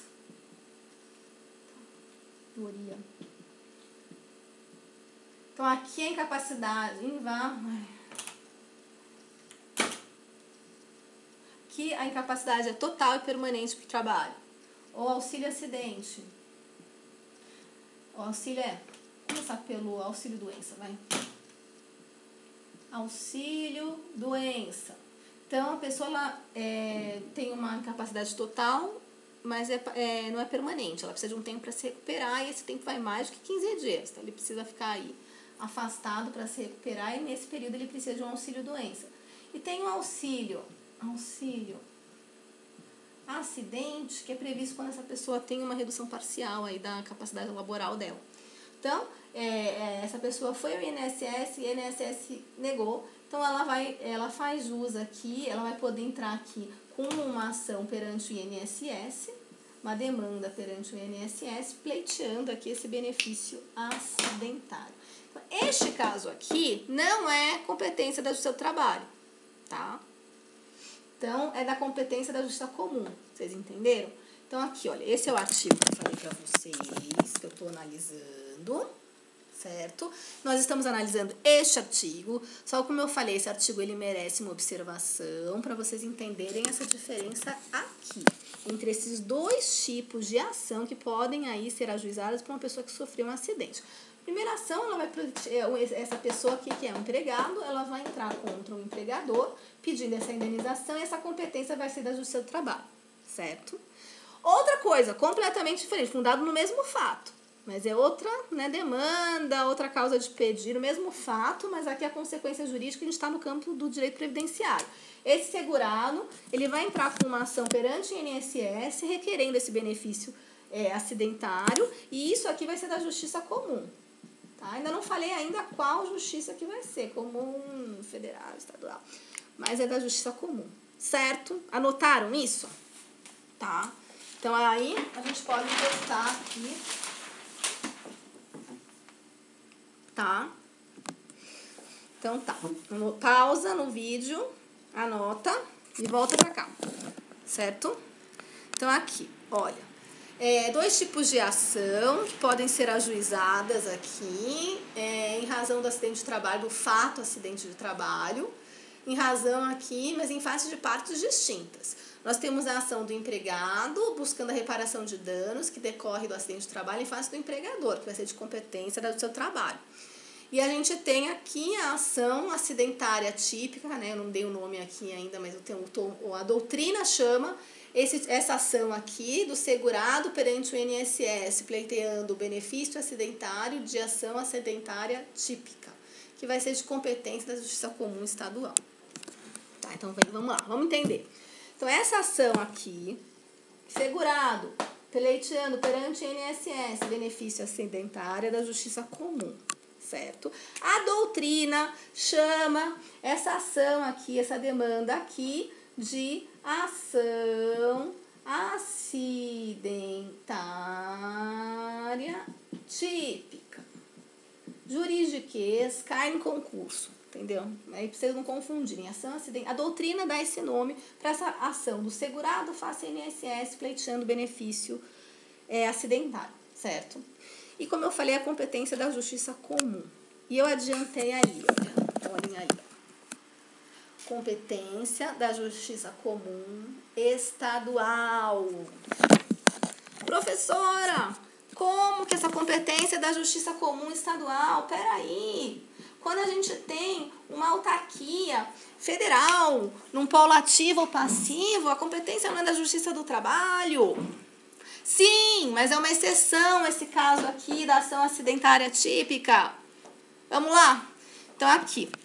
Vamos ler, né? Então, no caso de ação acidentária típica, ação do segurado pleiteando benefício perante o INSS de um benefício acidentário, nós temos uma exceção à competência da Justiça Federal para ser a competente para as causas em que a gente tem uma autarquia federal num dos polos da demanda, no caso, polo passivo. É uma exceção. Está na própria Constituição. Vamos ler o artigo 109? Tá aqui, olha, copiei. Artigo 109, que trata da competência dos juízes federais, depois a gente vai ver. Ele vai falar, esse artigo, que a competência dos juízes federais, as causas em que a União, entidade autárquica ou empresa pública federal forem interessadas nas condições de autoras, rés, assistente ou oponentes, exceto as de falência, as de acidente de trabalho, que é a que a gente está tratando aqui, e as sujeitas à Justiça Eleitoral e à Justiça do Trabalho. Então, geralmente, as ações em que o INSS ele é autor ou réu, elas vão 90% lá, 99% para 95% vão para a Justiça Federal. Né? Então, as ações em que a União, entidade autárquica, empresa pública federal forem interessadas nas condições de autoras, réis ou intervenientes, a competência é da Justiça Federal, salvo as de falência, as de acidente de trabalho e as sujeitas, né, a Justiça do Trabalho, eleitoral. Então, quando a gente tem, no caso aqui, a gente tem essa exceção aqui. Nós estamos numa ação em que nós temos o segurado como autor, nós temos o INSS, que é uma autarquia federal, como ré. Só que essa demanda, essa causa não vai para a Justiça Federal, ela vai para a Justiça Estadual por causa dessa exceção que está trazida aqui na Constituição. A Constituição falou, exceto as de falência e as de acidente do trabalho. Então, essa ação acidentária típica é de competência da Justiça Estadual Comum, por causa que a Constituição assim estabeleceu essa exceção, certo? Da mesma forma, de falência, se o INSS é credor aí de uma empresa aí, de um empresário que está em crise e faliu, ela é credora, ela vai a ação de falência vai ser ajuizada na Justiça Comum Estadual, exceção da Constituição. Então, vocês entenderam? As causas em que a União, entidade autárquica e empresa pública federal forem interessadas na condição de autora, réu, interveniente, são de competência da Justiça Federal, exceto as de falência, as de acidente do trabalho e as sujeitas à Justiça Eleitoral. Certo? Então, essa questão da ação acidentária típica, essa diferenciação aqui, vocês têm que ter como clara. Empregado, empregador, indenização em face do acidente de trabalho, seu trabalho. Ação acidentária típica, segurado em INSS, benefício acidentário, Justiça Comum Estadual, porque aqui é essa exceção da Constituição. Vamos aqui continuar, né? Mas agora é mais rápido. Vamos lá. Artigo 114. As ações relativas às penalidades administrativas impostas aos empregadores pelos órgãos de fiscalização das relações de trabalho. Então, o fiscal do trabalho foi lá, viu que estava com uma irregularidade aí, não está usando equipamento, então foi lá, aplicou uma penalidade. Execução de ofício das contribuições sociais previstas e seus acréscimos decorrendo das sentenças que proferiram. Aí que tem uma súmula vinculante 53 do STF que vai dizer que essa execução de contribuições previdenciárias previstas aqui são as que decorrem das sentenças que a Justiça do Trabalho proferiu. Outras controvérsias decorrentes da relação de trabalho na forma da lei. Bom, com relação a esse último inciso, né, outras controvérsias relativas à relação de trabalho que eu preciso que vocês tenham em mente. Primeiro, não tem competência criminal. A Justiça do Trabalho não tem competência criminal. Uma outra observação que eu faço, que quando eu estou diante de uma ação, então um profissional liberal, um advogado, um médico, um engenheiro, ele está pleiteando aqui o recebimento dos honorários dele pelo consumidor, pela pessoa que usufruiu dos seus serviços, essa ação vai ser proposta aí na Justiça Comum, não vai ser na Justiça do Trabalho, certo? Então, as ações em que profissionais liberais pleiteiem as verbas aí dos honorários deles, porque eles prestaram um serviço e não receberam, essa verba ela vai ser pleiteada na Justiça Comum. Por quê, professora? Porque essa relação não é uma relação de trabalho, é uma relação contratual, é uma relação de prestação de serviço civil. Relação não é de trabalho, a relação é uma relação civil. Então, a STF decidiu que profissionais liberais pleiteando aí as verbas porque eles prestaram um serviço e não foram pagos, vai ser na Justiça Comum, não vai ser na Justiça do Trabalho. Certo? Anotem, deem um pause e anotem o que eu falei aí dos profissionais liberais. Então, vamos lá. Agora, vocês podem, dar um pause, retomam um café, depois voltem aqui. Competência da Justiça Federal. Então, eu falei para vocês, nós temos aqui as justiças especializadas, a Justiça do Trabalho, a Justiça Eleitoral, a Justiça Militar, e nós temos a Justiça Comum, Na Justiça Comum, nós temos aqui a Justiça Comum Estadual, TJs e juízes de direito, e nós temos aqui a Justiça Comum Federal, órgãos de segunda instância, os TRFs, e de primeira instância, os juízes federais, É uma justiça comum porque ela não aborda um tema especializado na decisão dela.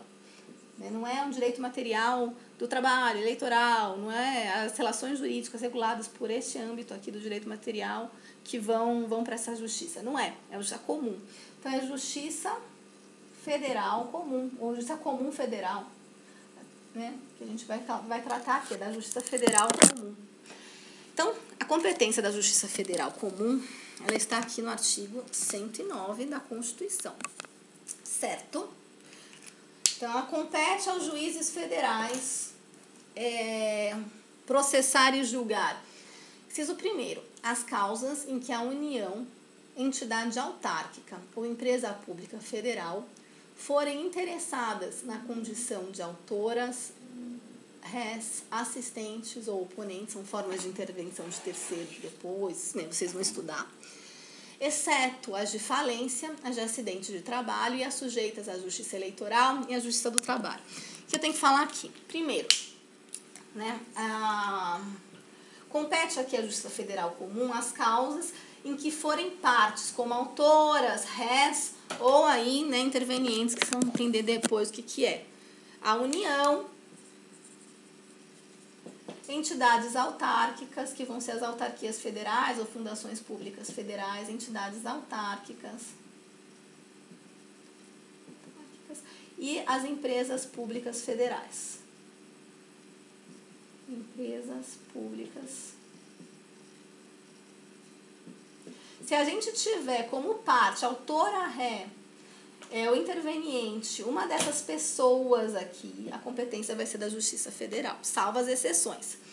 Então, a União, entidades autárquicas, que é autarquias federais e fundações públicas federais, e empresas públicas federais, certo?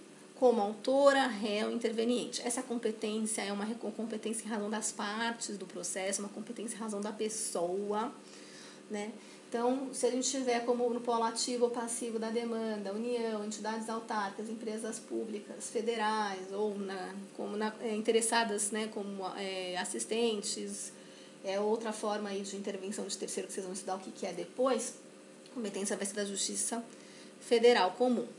Cuidado! O dispositivo, ele não inclui, o artigo 109, não inclui as demandas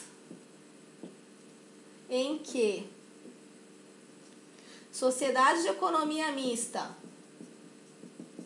não inclui na competência da Justiça Federal, não inclui na competência da Justiça Federal as demandas em que sociedade de economia mista federal seja autora, réu, interveniente.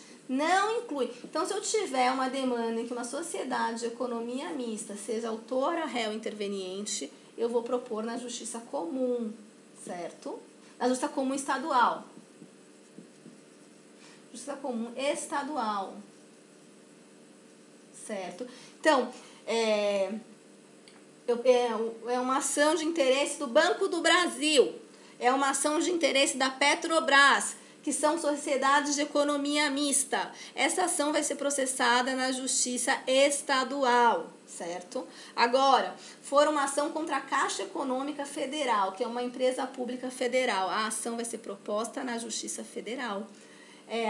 O Correios e Telégrafos, que é uma empresa pública federal, vai ser proposta na Justiça Federal. Entidades autárquicas, uma ação contra o IBAMA, uma ação contra o INCA, uma ação contra o INSS, mas não a ação acidentária atípica. Então, qualquer outro benefício, aposentadoria que não seja por invalidez em decorrência de acidente de trabalho, pensão por morte, qualquer outro benefício previdenciário que não seja benefício acidentário decorrente de acidente de trabalho, aí a ação contra o INSS vai ser na Justiça Federal, tá? Então, ação contra o INSS que não seja ação acidentária típica vai ser na Justiça Federal. Ação contra o INSS que não seja ação acidentária típica vai ser proposta na Justiça Federal. Ação acidentária típica, que é aquela ação ação assegurada típica, vai ser ação contra o INSS que não seja ação assegurada típica vai ser proposta na Justiça Federal. Só quando eu estiver pleiteando o benefício acidentário decorrente de acidente de trabalho é que eu vou pleitear o INSS na Justiça Estadual. Só quando eu estiver diante de uma ação acidentária típica, apenas quando eu estiver diante de uma ação acidentária típica, apenas quando eu estiver diante de um benefício acidentário, de um benefício que decorre aí de um acidente de trabalho, só quando eu estiver diante desse caso específico que eu vou ajuizar a minha ação contra o INSS na Justiça Estadual. Só nesse caso. Nos outros casos que eu for ajuizar uma ação contra o INSS, eu vou ajuizar a ação na Justiça Federal. Entendeu? Então, União, entidade autárquica, empresa pública, federal, competência da Justiça Federal. Ação contra o INSS. Em regra, 99% dos casos é na Justiça Federal. Ação contra o INSS. 99% dos casos, Justiça Federal. Certo? É só aquela exceção ali que eu falei para vocês. Não confundam. Né? Então, sociedade de economia mista não está inclusa. As causas em que a União, entidade autárquica e empresa pública federal forem interessadas nas condições de autoras, réis, assistente ou oponentes, exceto as de falência, de acidente de trabalho, e as sujeitas à justiça eleitoral e ao seu trabalho. Então, as exceções aqui são... Quais são as exceções? Não vai para a justiça do trabalho. Primeiro, as ações de falência. Então, posso ter como credor a União, o INSS. Aliás, quando o empresário entra em crise, a primeira coisa que ele faz é parar de pagar tributo. Então, a ação de falência vai ser na Justiça Estadual. A ação de falência vai ser na Justiça Estadual. Mesmo que a União seja credora, ou uma entidade autárquica, empresa pública federal seja credora, a ação vai ser na Justiça Estadual. No caso, exceto as de acidente de trabalho, a gente já falou. As ações contra o INSS, 99% são propostas na Justiça Federal. Mas, se se tratar de uma ação fundada em acidente do trabalho, o segurado está pleiteando benefício acidentário em decorrência do acidente do trabalho, a competência vai ser estadual, não vai ser federal, por ser exceção. Mas a maior parte vai para a Justiça Federal, sim. E as sujeitas à Justiça Eleitoral e à Justiça do Trabalho, porque a Justiça especializada sempre prefere, né, a comum, né, na competência. As causas em que Estado... vamos lá, segundo. As causas em que Estado estrangeiro ou um organismo internacional e município, ou pessoa domiciliada ou residente no país. As causas entre Estado estrangeiro ou organismo internacional, aqui ou a ONU, né... Enfim, qualquer outro organismo internacional e um município, pessoa domiciliada ou residente no país. Vai para a Justiça Federal. E as causas fundadas em tratado ou convenção da União, que o Estado estrangeiro ou organismo internacional, as causas fundadas em tratados internacionais que a União firmou com o organismo internacional ou com o Estado estrangeiro, as causas fundadas em contrato que a União firmou com um organismo internacional ou com um Estado estrangeiro, vai para a Justiça Federal. Aqui tem um exemplo legal. O exemplo daquele menino, aquele caso do menino Chan, o menino... Não, a história é que a mãe do menino veio para o Brasil sem ter autorização do pai. Veio para o Brasil, ela veio para o Brasil para fazer uma visita à família. A mãe era casada com um americano, né, o pai do filho dela. Ela veio com o menino aqui para o Brasil para fazer uma visita, a mãe morreu e a avó do menino não queria devolver o menino para o pai americano. Né? Essa causa, se vocês lembrarem, ela foi processada e julgada na Justiça Federal. Por quê? Porque o fundamento aí de direito positivo, que estava aí fundamentando aí essa demanda, era uma convenção internacional de Haia, que falava sobre sequestro internacional de crianças. Então, aí a competência ela é atraída para a competência da Justiça Federal em razão aqui de ser uma causa fundada em um tratado firmado entre a União e um organismo internacional, certo? Então, outros, como eu falei, competência criminal, vocês vão estudar com calma com um professor específico de direito penal. Inclusive, se der certo essa ideia do site, né, vou trazer alguém aqui. Os crimes políticos e as infrações penais praticadas em detrimento de bens, serviços ou interesses da União, de suas entidades autárquicas ou empresas públicas, excluídas as contravenções e ressalvada a competência da Justiça Militar e da Justiça Eleitoral. Bom, então alguém comete um crime, né, contra a segurança nacional, lá da Lei de Segurança Nacional, uma infração praticada aqui contra o interesse aqui da União ou de uma empresa, entidade autárquica. Então, alguém vai e comete um dano contra a União, destrói aí um prédio público da União. Essa ação de reparação de danos vai ser da Justiça... Não, essa aqui eu estou no civil. A pessoa vai e... Não, pode ser, né? Uma pessoa cometeu um crime de dano e um crime de dano contra um bem da União. Ela vai ser processada criminalmente pelo crime de dano, vai ser na Justiça Federal. Ou no caso, contra uma entidade autárquica, alguém vai lá e furta o carro do IBAMA, né? Esse furto aí do carro do IBAMA, que é uma autarquia, vai ser um crime que vai ser processado e julgado pela Justiça Federal. Alguém vai em empresa pública, alguém vai e explode um caixa eletrônico aí, ou assalta aí uma agência da Caixa Econômica Federal. Esse crime vai ser de competência aqui da Justiça Federal. Excluídas contravenções, em contravenção não está aqui na competência criminal da Justiça Federal, mesmo que seja contra o interesse da União, entidade autárquica, empresa pública, e ressalvada a competência da Justiça Militar, que eu falei, os militares da União, Exército, Aeronáutica, Marinha, praticaram um crime militar, vai lá para a Justiça Militar da União. Justiça Eleitoral, um crime eleitoral, alguém foi, vamos lá, uma situação em que há uma doação irregular da Caixa Econômica Federal, numa campanha aí, política aí de uma eleição, não vai para a Justiça Eleitoral. Os crimes previstos em tratados ou convenção internacional, quando iniciada a execução no país, o resultado tem ou deve ter ocorrido no estrangeiro, reciprocamente, um tráfico internacional de drogas. As causas relativas a direitos humanos, a que se refere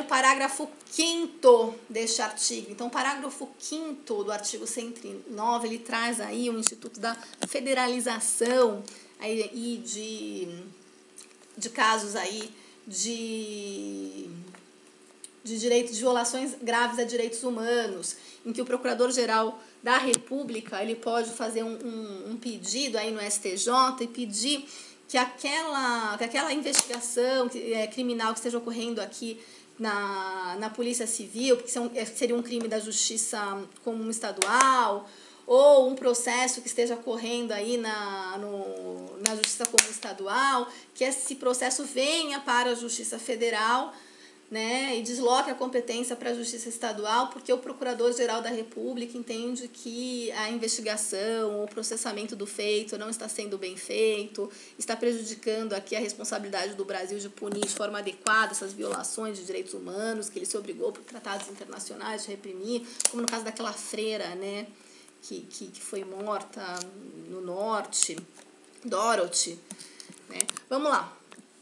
A investigação não está funcionando na Justiça Estadual, e aí o PGR entende que essa causa tem que ir, ou essa investigação tem que ir para a Justiça Federal. Vamos ler o dispositivo? Vamos ler o dispositivo? Nas hipóteses de grave violação de direitos humanos, o Procurador-Geral da República... Nas hipóteses de grave violação de direitos humanos, o Procurador-Geral da República, com a finalidade de assegurar o cumprimento de obrigações decorrentes de tratados internacionais de direitos humanos, dos quais o Brasil seja parte, poderá suscitar perante o STJ, em qualquer fase do inquérito ou processo, incidente de deslocamento de competência para a Justiça Federal.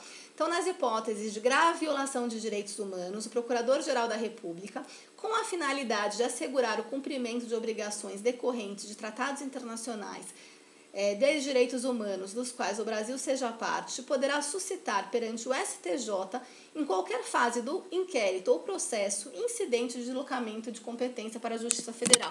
Então, isso é a tal da federalização, incidente de deslocamento de competência para a Justiça Federal, que o PGR ele entende que a investigação, a ação, ela não está sendo devidamente encaminhada na Justiça Estadual e pede o deslocamento de competência para a Justiça Federal, porque se trata de uma grave violação de direitos humanos e o Brasil, por meio de convenções e tratados, ele se obrigou a cumprir aí essas convenções e tratados e reprimir de forma adequada violações graves de direitos humanos. Certo? Vamos lá. Crimes contra a organização. Também já adiantei, né? Os crimes contra a organização do trabalho e, nos casos determinados por lei, contra o sistema financeiro e a ordem econômico-financeira. Então, crimes contra a organização do trabalho. Quem julga não é a Justiça do Trabalho. A Justiça do Trabalho não tem competência criminal. Quem julga é a Justiça Comum Federal. Casos determinados em lei, nos casos determinados em lei contra o sistema financeiro e a ordem econômica financeira, né? Então, os crimes contra o sistema financeiro vão aí para a Justiça Comum Federal, quando determinados em lei. Habeas corpus em matéria criminal de sua competência, quando o constrangimento provier de autoridades cujos atos não estejam diretamente sujeitos a outra jurisdição. Então,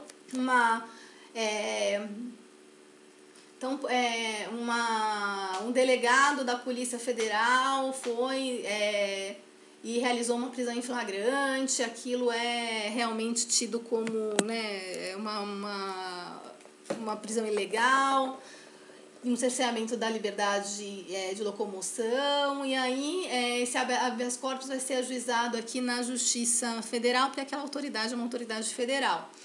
E aqui, cujos atos não estejam diretamente sujeitos a outra jurisdição. Porque, por exemplo, se é um juiz federal, ele vai e faz um ato que seja considerado como, né, de constrição, aí, de coação, aí, de constrição à liberdade de locomoção, evado de ilegalidade ou abuso de poder, esse ato, esse habeas corpus, não vai ser ajuizado perante a primeira instância, vai ser ajuizado perante o TRF, a que esse juiz federal esteja, né, vinculado. Então, habeas corpus em matéria criminal de sua competência ou quando o constrangimento provier de autoridade cujos atos não estejam diretamente sujeitos a outra jurisdição, cujos atos não estejam diretamente sujeitos a outra jurisdição, foi isso que eu falei aqui do exemplo do juiz. Mandado de segurança ou habeas data contra atos de autoridade federal, exceto de competência dos tribunais federais, isso que eu falei aqui, né? Estou diante de um mandado de segurança que eu vou ter que postular contra um ato de um juiz federal, porque não tem como recorrer, vai ser aqui no tribunal. Crimes cometidos a bordo de navios ou aeronaves, ressalvada a competência da Justiça Militar. Então, vamos lá. Foi praticado aqui um homicídio dentro de uma aeronave, a gente vai ter que ter um júri na Justiça Federal. Ou foi praticado um roubo, alguém subtraiu para si ou para outro meio de violência ou grave ameaça dentro de um navio, algum bem. É um crime cometido a bordo de um navio. Qual vai ser a competência? Vai ser a competência da Justiça Federal. Então, crimes cometidos a bordo de navios ou aeronaves vão ser da competência da Justiça Federal comum, salvo se a gente estiver diante de uma competência da Justiça Especializada, da Justiça Militar. A Justiça Especializada, ela prefere, né, a competência da Justiça Comum. Crime de ingresso e permanência irregular do estrangeiro, a execução de carta rogatória após o exequato de sentença estrangeira pelo STJ, ou após homologação, e as causas referentes à nacionalidade, inclusive a respectiva opção e naturalização. Lembra que eu comentei com vocês, como meus alunos presenciais da aula, na aula de jurisdição voluntária, eu citei como exemplo de jurisdição voluntária a questão da opção, né, da nacionalidade. Então, nesse caso, a competência da Justiça Federal, né, que vai estar lá exercendo uma jurisdição voluntária. Mas, enfim, só um parêntese. Crimes de ingresso ou permanência irregular de estrangeiro, a execução de carta rogatória, quando a gente tem uma sentença estrangeira, para que essa sentença estrangeira ela tenha validade aqui no Brasil, essa sentença vai ter que pegar, depois de todo um procedimento protocolar, vai chegar lá o STJ, e o STJ vai ter que homologar essa sentença, e depois que ele homologar essa sentença aqui, ela vai ter eficácia aqui no Brasil, certo? E aí quem vai executar essa sentença vai ser um juiz aí federal, tá? Então, a execução de carta rogatória, após o exequato de sentença estrangeira, a execução de carta rogatória. Então, carta rogatória, um Estado estrangeiro, ele pede, por exemplo, uma busca e apreensão aqui no Brasil. Ele vai e pede que o judiciário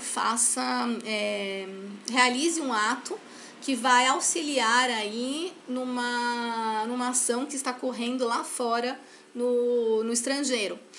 Então, essa carta rogatória, após o exequato lá pelo STJ, ela vai ser cumprida pela Justiça Federal.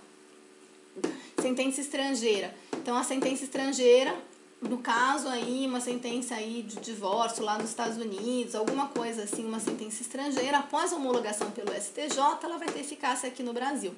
Quem vai dar execução a essa sentença? Vai ser o juiz federal.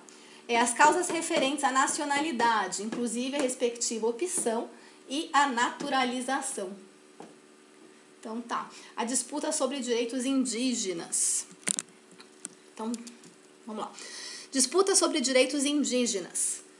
A disputa sobre direitos indígenas, demarcação de terra, ou um conflito de interesse, uma demanda que diga respeito a um direito do povo indígena, que está previsto lá no Estatuto do Índio, vai ser de competência da Justiça Federal. Então, por exemplo, aquele caso da reserva Raposo do Sol começou lá na Justiça Federal comum, na Justiça Federal, e foi subindo.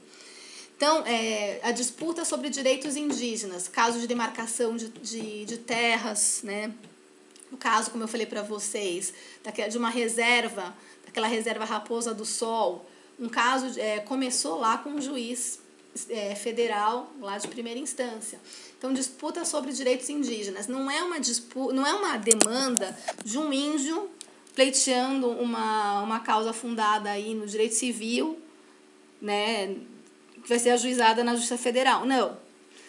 As causas que serão ajuizadas na Justiça Federal, com fundamento nesse inciso 11 do artigo 109, que trata da disputa sobre direitos indígenas, ele vai abarcar como causa de pedir, o fundamento da minha demanda, o porquê que eu estou pleiteando, os fundamentos de fato e de direito da minha demanda, dizem respeito a uma disputa sobre os direitos que se referem ao povo indígena.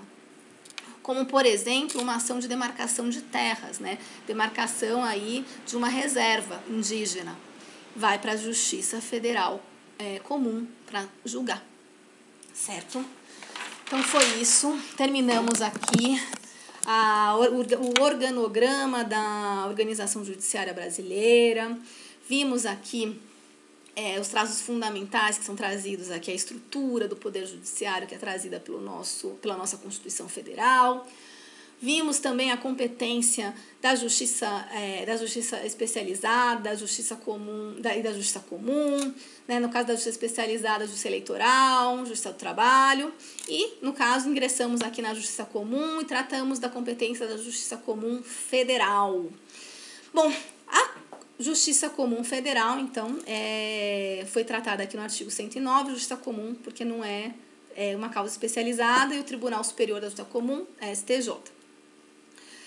Bom, além da justiça, só falta a gente tratar da justiça, então, estadual. Vamos lá? Para a gente terminar, eu só vou traçar esse panorama, né, rápido aqui.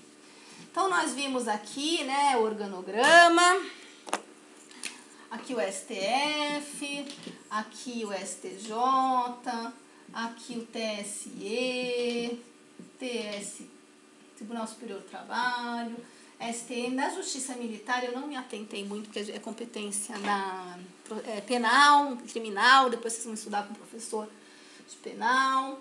No STJ nós vamos ter o órgão aqui, Tribunal Superior da Justiça Comum Estadual, juízes de direito, Justiça Comum Federal, que nós acabamos de analisar, os TRFs e os juízes federais, aqui primeira instância. Analisamos aqui Justiça Eleitoral, TREs, né, os juízes eleitorais. Os juízes eleitorais são juízes aqui de direito que passaram aqui nesse concurso aqui, mas que vão ser investidos dessa competência aqui, né, nessa justiça específica aqui, especial da União. TRTs, e aqui juízes do trabalho. Bom, estudamos justiça eleitoral, justiça especial. Estudamos o justiça do trabalho, também uma justiça especializada.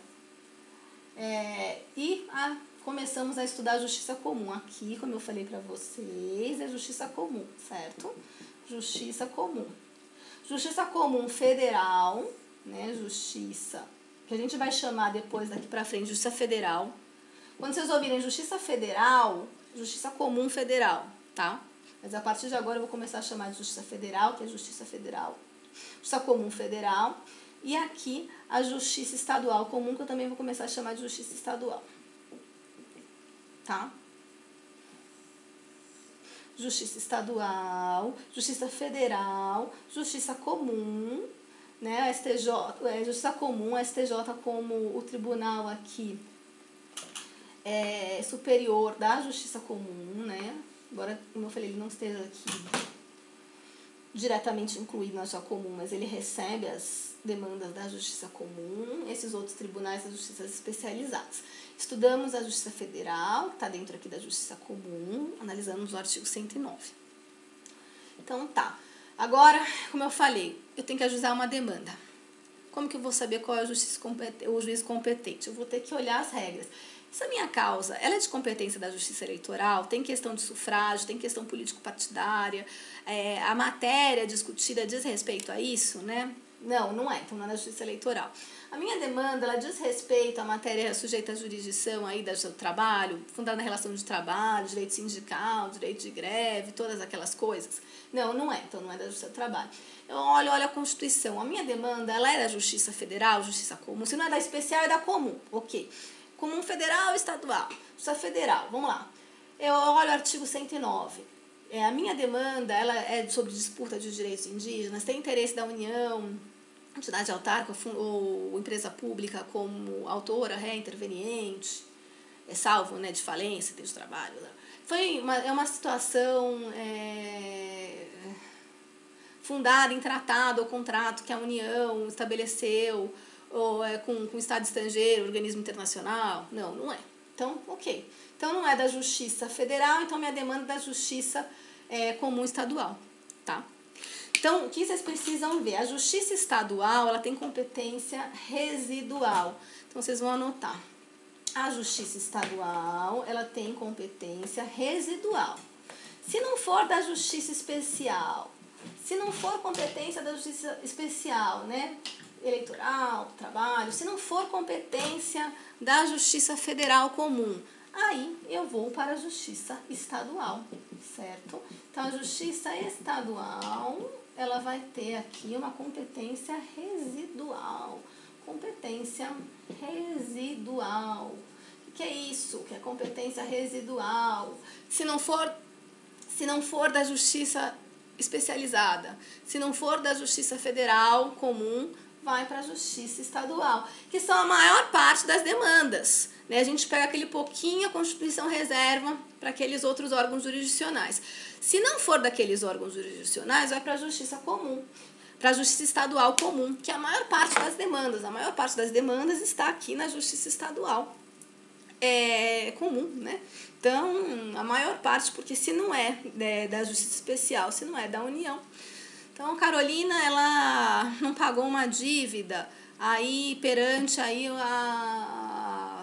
uma faculdade que ela está fazendo um curso. Vai ser, né, uma faculdade privada aí, vai ser aonde ajuizada essa ação de cobrança? Vai ser na justiça estadual, né? Ou então, diversas ações, né, que a gente vai ter, a maior parte das ações, né, como eu falei, no caso, guarda, direito de família, sucessões, ação de cobrança, a maior parte das ações, salvo se tiver interesse da União, se for uma causa fundada em um tratado ou convenção internacional, dizer respeito a disputas de direitos indígenas, ou for de competência especializada dessas outras justiças, salvo se for dessas outras justiças, vai para as outras justiças. Mas a regra é competência residual, é da justiça estadual, e como essa competência, eles pegam um tiquinho das demandas que podem ocorrer, pegam uns tiquinhos das demandas, colocam a justiça federal, um tiquinho das demandas, coloca aqui no seu trabalho. E a maior parte das demandas que ocorrem nessa realidade social vai aqui tudo com competência residual, vai para a justiça estadual. Certo? Então, nós vimos aqui a organização judiciária, as justiças. Então, vocês já estão aptos aqui para entender com precisão os critérios determinativos de competência. E depois que vocês entenderem esses critérios determinativos de competência, a gente vai fazer as 5 perguntas, o ITER, para fechar, para concluir, para ver se vocês já sabem aí onde que vocês vão ajuizar a demanda de vocês. Qual é o juízo competente? Então, é isso. Fiquem com Deus, que agora eu preciso esquecer tudo isso e me preparar para uma aula de teoria geral do processo presencial, em que o tema vai ser teoria da ação. Tem que esquecer isso aqui, que com os alunos aí presenciais eu estou nesse tema. Mas faz parte, né? Vamos lá. Não esqueçam aqui de clicar aí, dar o link de que gostaram do vídeo, me ajudar a divulgar, que eu quero, né, fornecer conteúdo de qualidade para todo mundo, né? Esse é o meu objetivo. Beijo grande, fiquem com Deus, estudem, bora estudar!